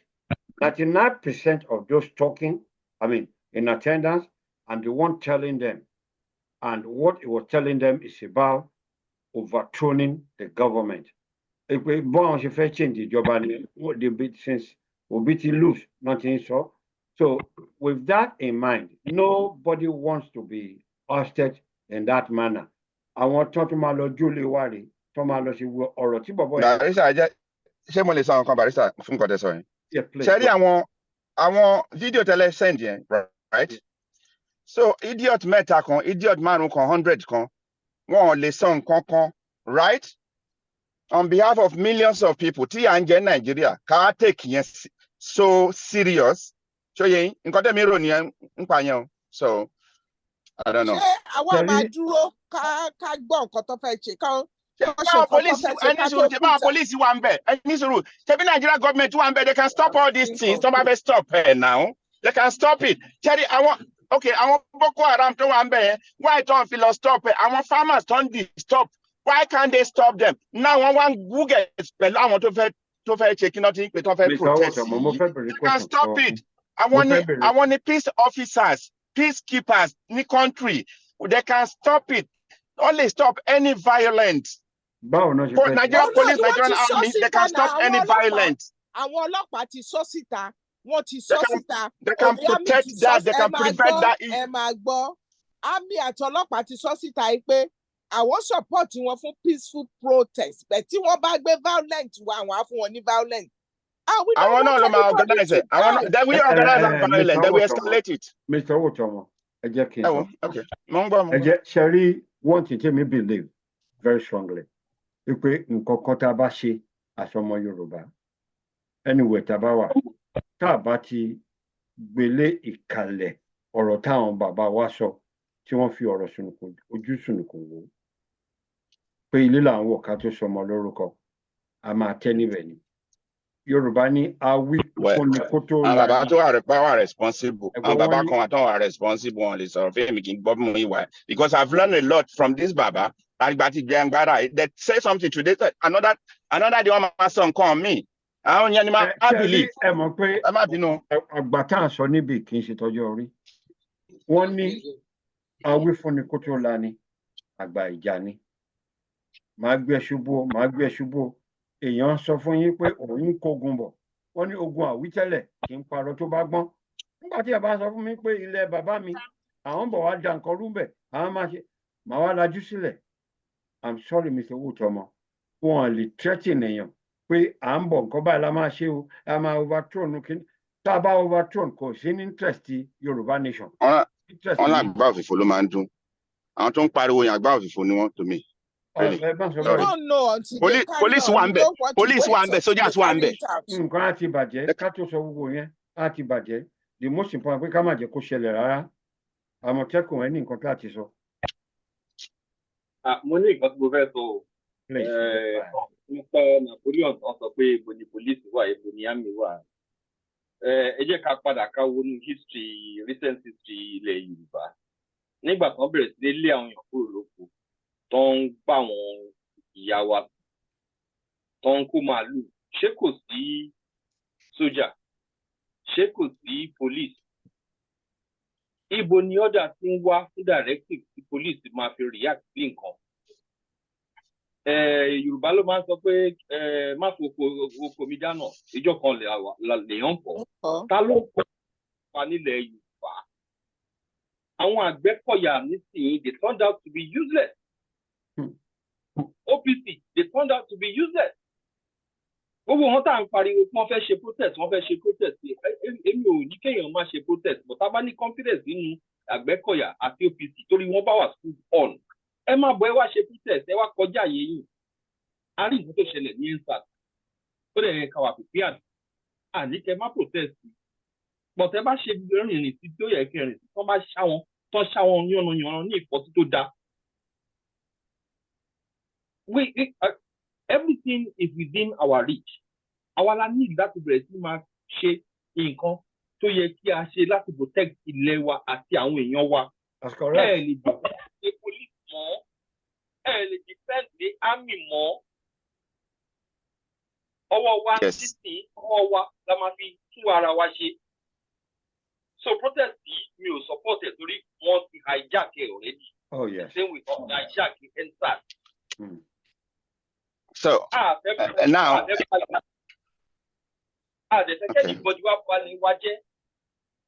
So at the end of the day, ẹgbàgbé fàṣẹ ṣe kí èèyàn cancel ìrìn àkọsọ wọn fẹ́ ṣe match lásán kan ṣe match protest tó máa di pé ó máa di riot ẹgbàgbé ẹ kọlùkálùkù lọ ṣe protest nídìí ẹ under the Now, federal government wá wà bí a ṣe ń jẹ yín ní Anambra ìyà ń jẹ wá ní Ogun State allegedly bí a ṣe ń jẹ wá ní Ondo ìyà ń jẹ yín ní Borno Èkìtì. olúkálùkù lọ mú ìlú tiẹ̀ kó lọ deal pẹ̀lú ẹ̀ gbogbo kínní yìí èèyàn máa ń devolve àwọn opportunities ni tó bá jẹ́ pé a ṣe nǹkan tó yẹ ká ṣe nígbà tó yẹ ká ṣe bó ṣe yẹ ká ṣe ó yẹ ká ti bẹ̀rẹ̀ sí máa capture local government gangan by the time they wan capture local government this stage kan you start having power à ń sọ kínní lemọ́ politics is a game of numbers. My brother, mo fi owó àtọmọdé yín lẹ́nu. Just of recent, Tinubu send the message kan pé stop calling my name. Stop calling my name. Mo ti fún àwọn governors yín àti chairman local government yín lówó láti fi tọ́jú yín lọ bá wọn. Kí ni wọ́n tún fẹ́ gbọ́jú yẹn lọ?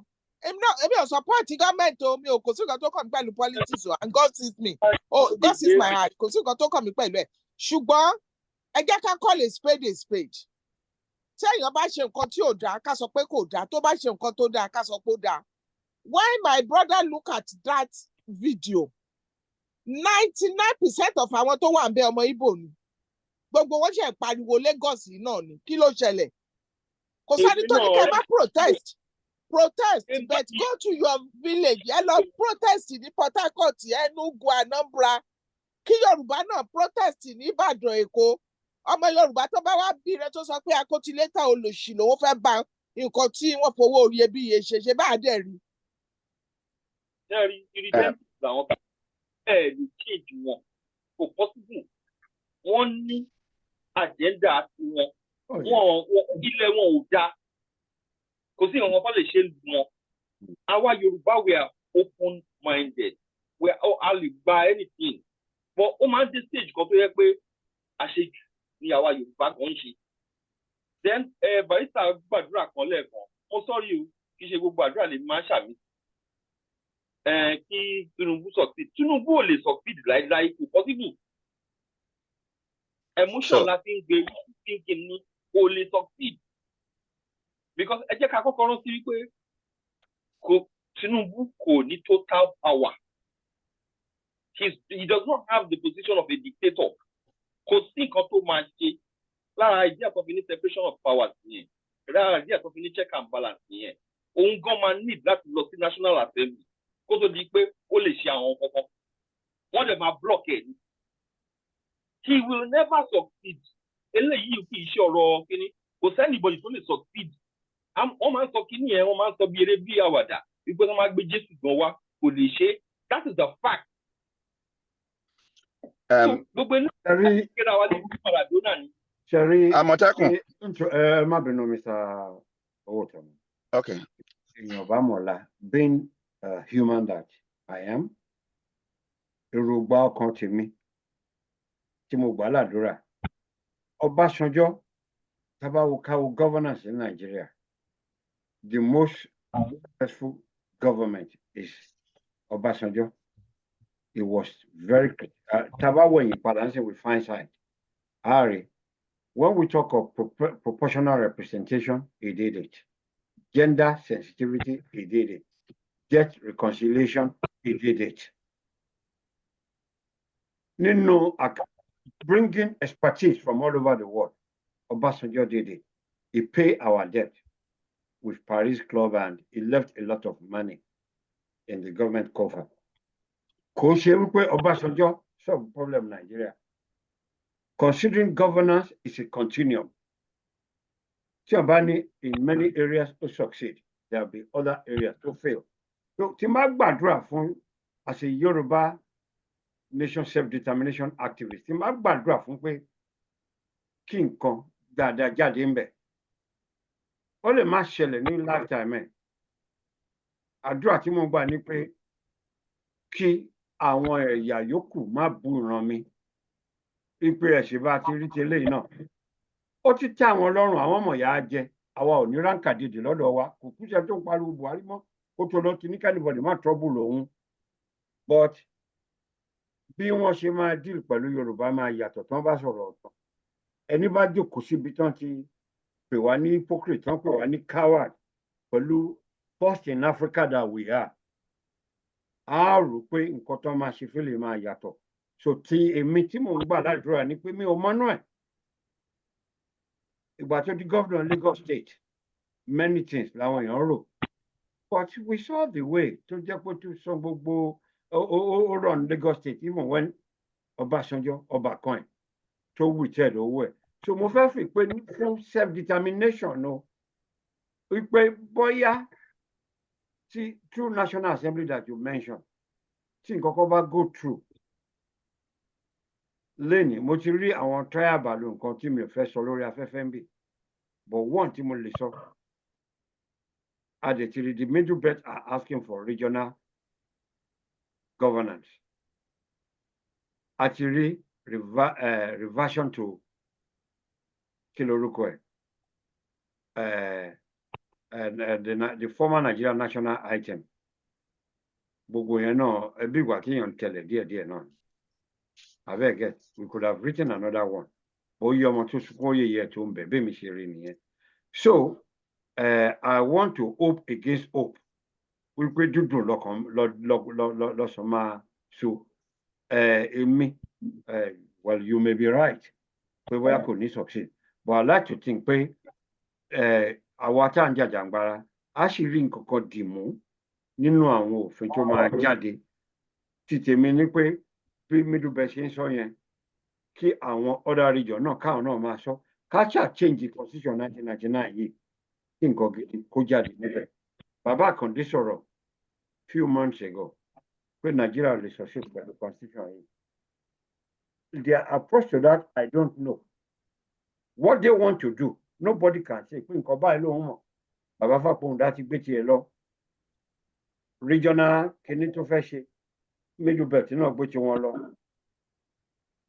wọn nǹkan tó ń ṣe é ṣe lè bí ìgbà tó ń kóná mọ́ wọn nídìí and we don't want to judge a matter until we fully examine this so I want to give him a chance because that will be fair if we okay o ká máa wo ẹ̀yin lẹ wà ń bẹ̀ sìn at the end of your government we will be able to assess you bóyá ẹ ṣe dáadáa àbẹ́ ẹ ṣe dáadáa bọ́ èròǹgbà tèmi ànàdúrà tí mò ń gbà ní pé bó jẹ́ ẹ̀yin lẹ wà ń bẹ̀ mi ò ní ní dójú tì mí rẹ̀ mi ò fẹ́ kí ọmọ Yorùbá kó fail kọ́lọ̀ dẹ̀ fún àwọn náà létí gbọ́ kó jẹ́ kí wọ́n lè ṣe nǹkan tó dáa so that's my prayer Mr. Owótọ́mọ over to you.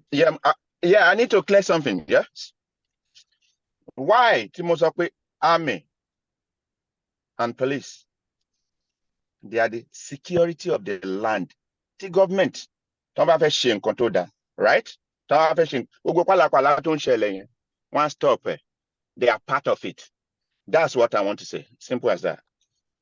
ṣe rí nǹkan tí mo fẹ́ fèsì fún yín ni pé àwa láì wọ́n ní àìlè sọ̀rọ̀ níbẹ̀rẹ̀ rí burúkú a gbọ́dọ̀ máa sọ̀rọ̀ ń sìn mi ò bóyá ti gbọ́ ní ìsìn yẹn àwọn ọlọ́pàá tá à ń rí láìlè lórí kí ni owó tó ń gbà abẹ́gẹ́tì kí ni owó tó ń gbà bá a ṣe sọ̀rọ̀ lọ́wọ́ ń sìn tá a bá mọ Nàìjíríà dáadáa owó ń wọ ọwọ́ wọ́n exchange owó ṣé ọlọ́pàá tó ń pa àwọn colleague tó ń tàbọn wọn lẹni kó wá protect yín abẹ́gẹ́ àbá àwọn ọlọ́pàá tí àwọn gan ti ń rò wípé kíní yìí ó máa kan àwọn gan tó ti ń dọ́gbọ́n kúrò ní báràkì bá ṣe ń sọ̀rọ̀ lọ́wọ́lọ́wọ́ yìí tẹ́ẹ̀ bá ti gbọ́ àwa ti ń gbọ́ yẹn abẹ́gẹ́ so bẹ́ẹ̀ ṣe ń sọ̀rọ̀ yìí tí everybody ń sọ̀rọ̀ la fẹ́ lè ká gba àwọn ọmọ Nàìjíríà generally pé ẹ máa sọ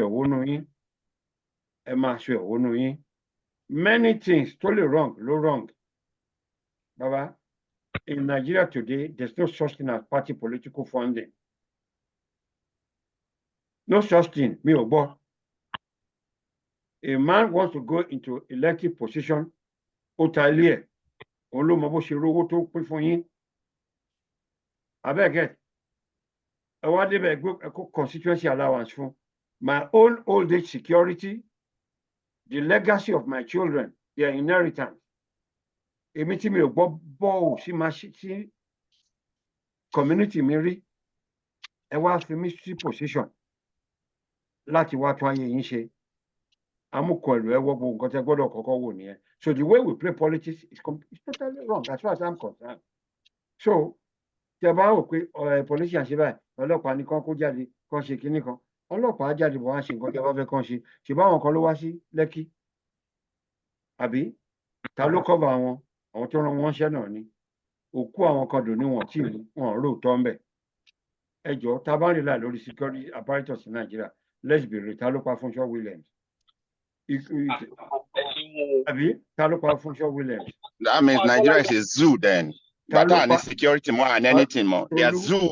It's zoo. Tolu Arotile ta ló pa? Ṣàgbọ́ enquiry wọ́n ní classmate ẹ̀ kan ní kinní kan. Abẹ́gẹ́. So please tá a bá ń sọ̀rọ̀ security system, á jẹ́ ìlú mi là ń sọ̀rọ̀ kó jẹ́ ọ̀rọ̀ security system Nigeria. Àwa báyìí la máa fẹnu ara wa sọ. So what is the situation, Enejo? What kind of situation? Can you way forward? The way forward. Tí n bá ní mo mọ̀ mo ń parọ́ fúnra mi ni o because wọ́n ní kékeré bí a ṣe ń gé kan ní mí ń jáde. Abẹ́gẹ́ ọ̀dàlẹ̀ gẹ́gẹ́ bí ambassador sọ ọ̀dàlẹ̀ pọ̀ láàrin wa. Nínú jàǹgbara àwa, nínú chọ́ọ̀chì àwa, nínú gbogbo all our lives. So ojú lákàn fi ń ṣọ́ orí ni. It requires patience and wisdom and discernment. So ẹ má jẹ́ ká kánjú, ká kàn ṣáà máa mú sùúrù ni o, ẹ̀kọ́ gbígbóná ni, sùúrù ni. Nǹkan tí mi ṣe bó bá ṣe jáde la ṣe máa address ẹ̀. But for us, ká máa mọ nǹkan tó máa ṣẹlẹ̀ lọ́la, ká ti ní báyìí ló ṣe máa rí ká máa gbé bí ìwà tá à ń pa ẹ̀dẹ́ ṣáájú ẹlẹ́ẹ̀dẹ́ ni o. Ẹ jọ̀ọ́ anybody tó wà lásìkò ẹ ti gbọ́ wọ́n ya lò ní. Ẹ jẹ́ ká dọ́gbọ́n ṣe. Brother wa kan kọ síbi Bọ́lá Láńre Ibrahim. Wọ́n sọ ibi pẹlẹbẹ la ti ń mú ọ̀lẹ̀ jẹ. Let's look at this. Nǹkan tá à ń go through nísìnyí low hard. Nigerians have gone through this. Ṣé ibi lórí lè pa àwọn èèyàn mi? Abẹ́gẹ́ nǹkan wọn we know that. But láti ìjọ́ tí Babangida ti kúrò ń bẹ̀ ní nǹkan tí wọ́n. Abẹ́gẹ́ èyí tó tún bọ̀ lẹ́yìn ilé tí a bá ti gba Yorùbá nation ó tún sì máa burú sí i. Bọ̀ ọgbọ́n ni ká mú sínú ọgbọ́n káwa gan ká ṣera wa lóṣùṣù ọwọ̀. Tá a bá tanra wa jẹ nílẹ̀ Yorùbá a lè lé president gbogbo èèyàn náà respect wa tá a bá sọ̀rọ̀ ìmọ́lẹ̀. We could be ìran tó lè lọ wọ́ọ́rọ́wọ́ bọ̀dàlẹ́ pọ̀ nù wá.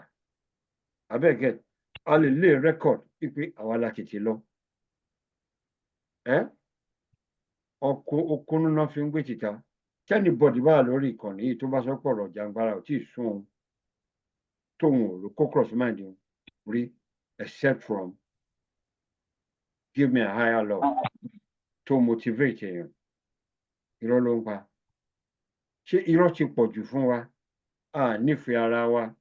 National interest kò take precedent over personal interest nínú ìjàǹgbara. So tá a bá ń wo complication yẹn, abẹ́gẹ́ ká máa wo gbogbo complexity tó wà níta nìkan. Sùúrù ló gbà brother. Sùúrù. Tó bá wà lọ́wọ́ of us níbi yìí pé ká gba Yorùbá nation. Bóyá fẹ́ lágbára bíi ti Rawlings ní bí bọ́dà mi ṣe sọ pé kò ṣe dictator. Bàárọ̀ láì jò sí àṣì àmì ló máa fẹ́ lórí bọ̀ kò rí bẹ́ẹ̀. Thank you.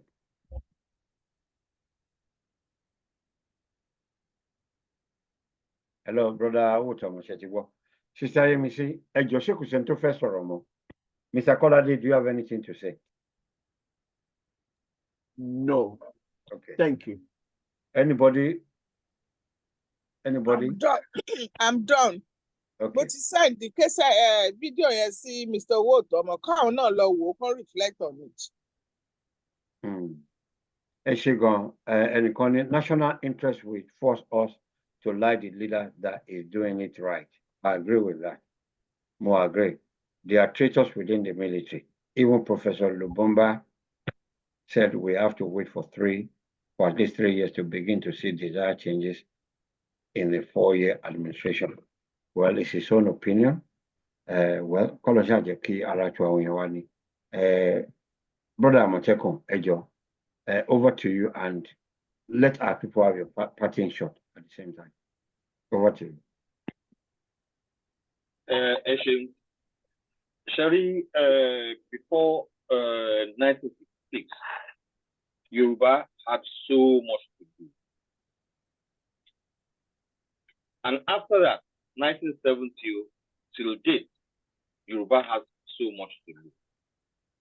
In the future, near future, Yoruba will still have the most to do in relationship power.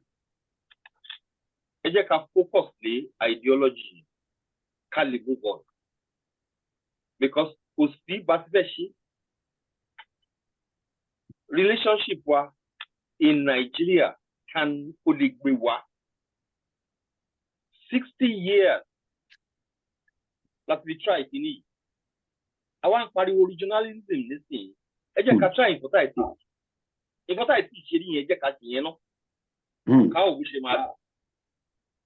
As the federalism, as the regionalism, as the unity, as the pata, I can try to go need to go one.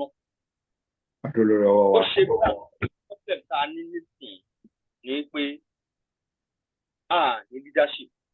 Biggest problem because why I need leadership Tabara on to coordinate. We have brilliant people. We have intelligent people. Could it be not a bad day? Intelligence to my run in being more than 1%. So it's like a needle in a haystack. But the Jacka one to man or low Tamad Bahu. Kisha won't project on my salary for 5 years, but I say on my change mind. About any operation Wednesday, one salary for 1 week, anybody will move forward. Never see 1983 Shelley, Pelu, Akimo Burio, Toda, Awolowo. These are facts. Betrayed Awolowo, betrayed UPN, defected to NPN. It don't do me do then king of them paro. Come and believe you ọmọ Yorùbá gbọ́n. Kí wọ́n sọ fún mi pé Awólọ́wọ̀ rán òun iṣẹ́, òun gbàgbé iṣẹ́ yẹn, ìyàwó Awólọ́wọ̀ ló wá rán òun létí pé kí ni kan. But how is it possible that UPN lẹ̀ in his hour of need? Ni Awólọ́wọ̀ wá jẹ́ pé ó wà fún ẹnìkan. It doesn't make any sense to the story. Ẹ jẹ́ ká fún abẹ nípò. Anybody tó bá fẹ́ jẹ́ leader, ó má rò parí ìsìn ní wá. And to my about solid way, what to say you to the realize it, to the ready, that's the kind of leader I need. This is for my parokwa here and there. But the National Assembly, no one a criminal local government because we are not speaking of. A pavilion, check is a criminal. But Miala, check is a criminal. Agosto is in the cry. Check it. But for it, need Pamata. And that's joke with I want to get people here for what they. I just can't fit Tarawa. Let's start standing up. Go, Wahala Kakura, see, do I put you one leader than you kill more to them, Mamma, Mama, testing what Lori Kinetin. Kill that far. We just pay our own full and for Mama will live up. I need a one for ready that stand up to let you back. This I want to get around 100 people now.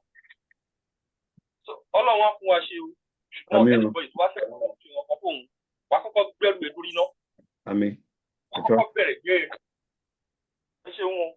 Ejo, mo fẹ́ recommend pé kí everybody nínú wa ká lọ wo Fúnláyọ̀, Fúnmiláyọ̀, the film about Mama Fela, Fúnláyọ̀ Kútì.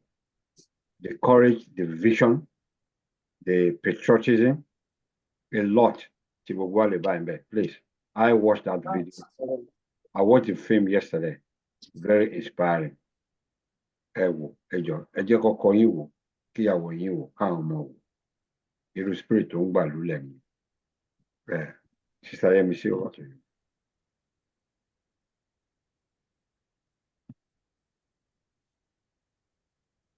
Parting shot, Abi. Bẹ́ẹ̀ni. Okay.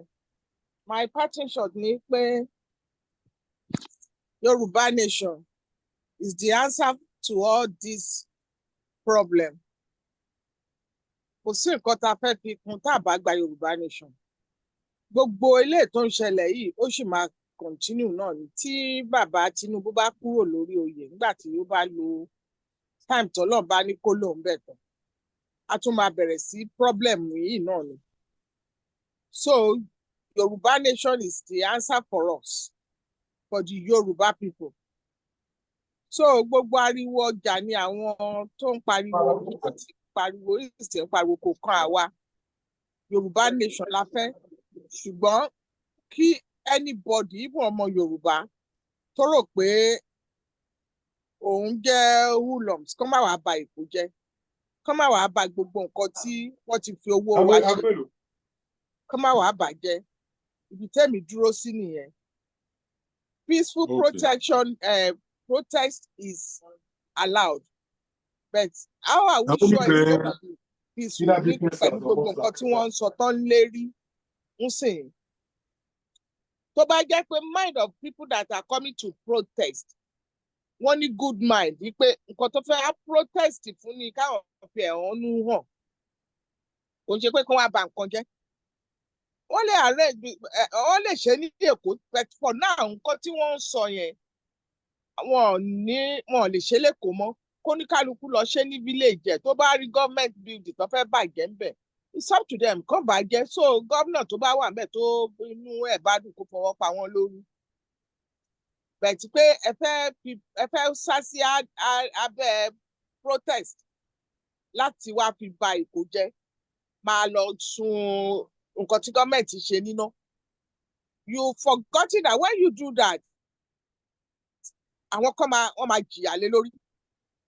Ibẹ̀ ló ti máa di pé kọ́lọ́pàá dé kí àmì dé. Ẹni ẹlẹ́ni tó ń kọjá lọ tí ò tiẹ̀ ń bá yín dá sí ọ̀rọ̀ tẹ́ ń ṣe. Ìbọn lè lọ bá peradventure, we don't know. So we want peace in Yoruba land. Ẹni tó bá mọ̀ pé jàrógun lòun fẹ́ máa jà nílé ayé òun kó lọ jà ní state ẹ̀ kó má wá sí state tiwa wá jà. Or kó lọ sí federal territory, capital kó lọ jà ń bẹ̀. Don't come to Lagos and spoil Lagos. Ẹ lè lọ spoil Abuja, problem ti yín nìyẹn tí gọ́ọ̀mẹ̀ntì bá allow yín bẹ̀. But Lagos is no going area for hoodlums àti troublemaker. Thank you. Ṣégun, thank you very much. Wọ́n ní ìpàdé wa bí oyin ni o láti orí moderator wa fún èdè Mrs. Ojúṣílẹ̀, Ambassador Tokunbo Balogun, Lijadu, and there's so many ọ̀tọ̀kùlú tán wà níbí. Bàbá Adébáyọ̀, brother wa Àmọ̀tẹ́kùn, Sister Yemisi. Mo fẹ́ hand over sí ọ̀dọ̀ Mr. Kọ́ládé kó bá wa ṣe vote of thanks. Wọ́n bá wa dúpẹ́ lọ́pọ̀lọpọ̀ ìpàdé wa bí oyin látọ̀dọ̀ tèmi. Mr. Kọ́ládé, àwọn ni mo fẹ́ kán ṣe kó bá wa ṣe vote of thanks. Mr. Kọ́ládé.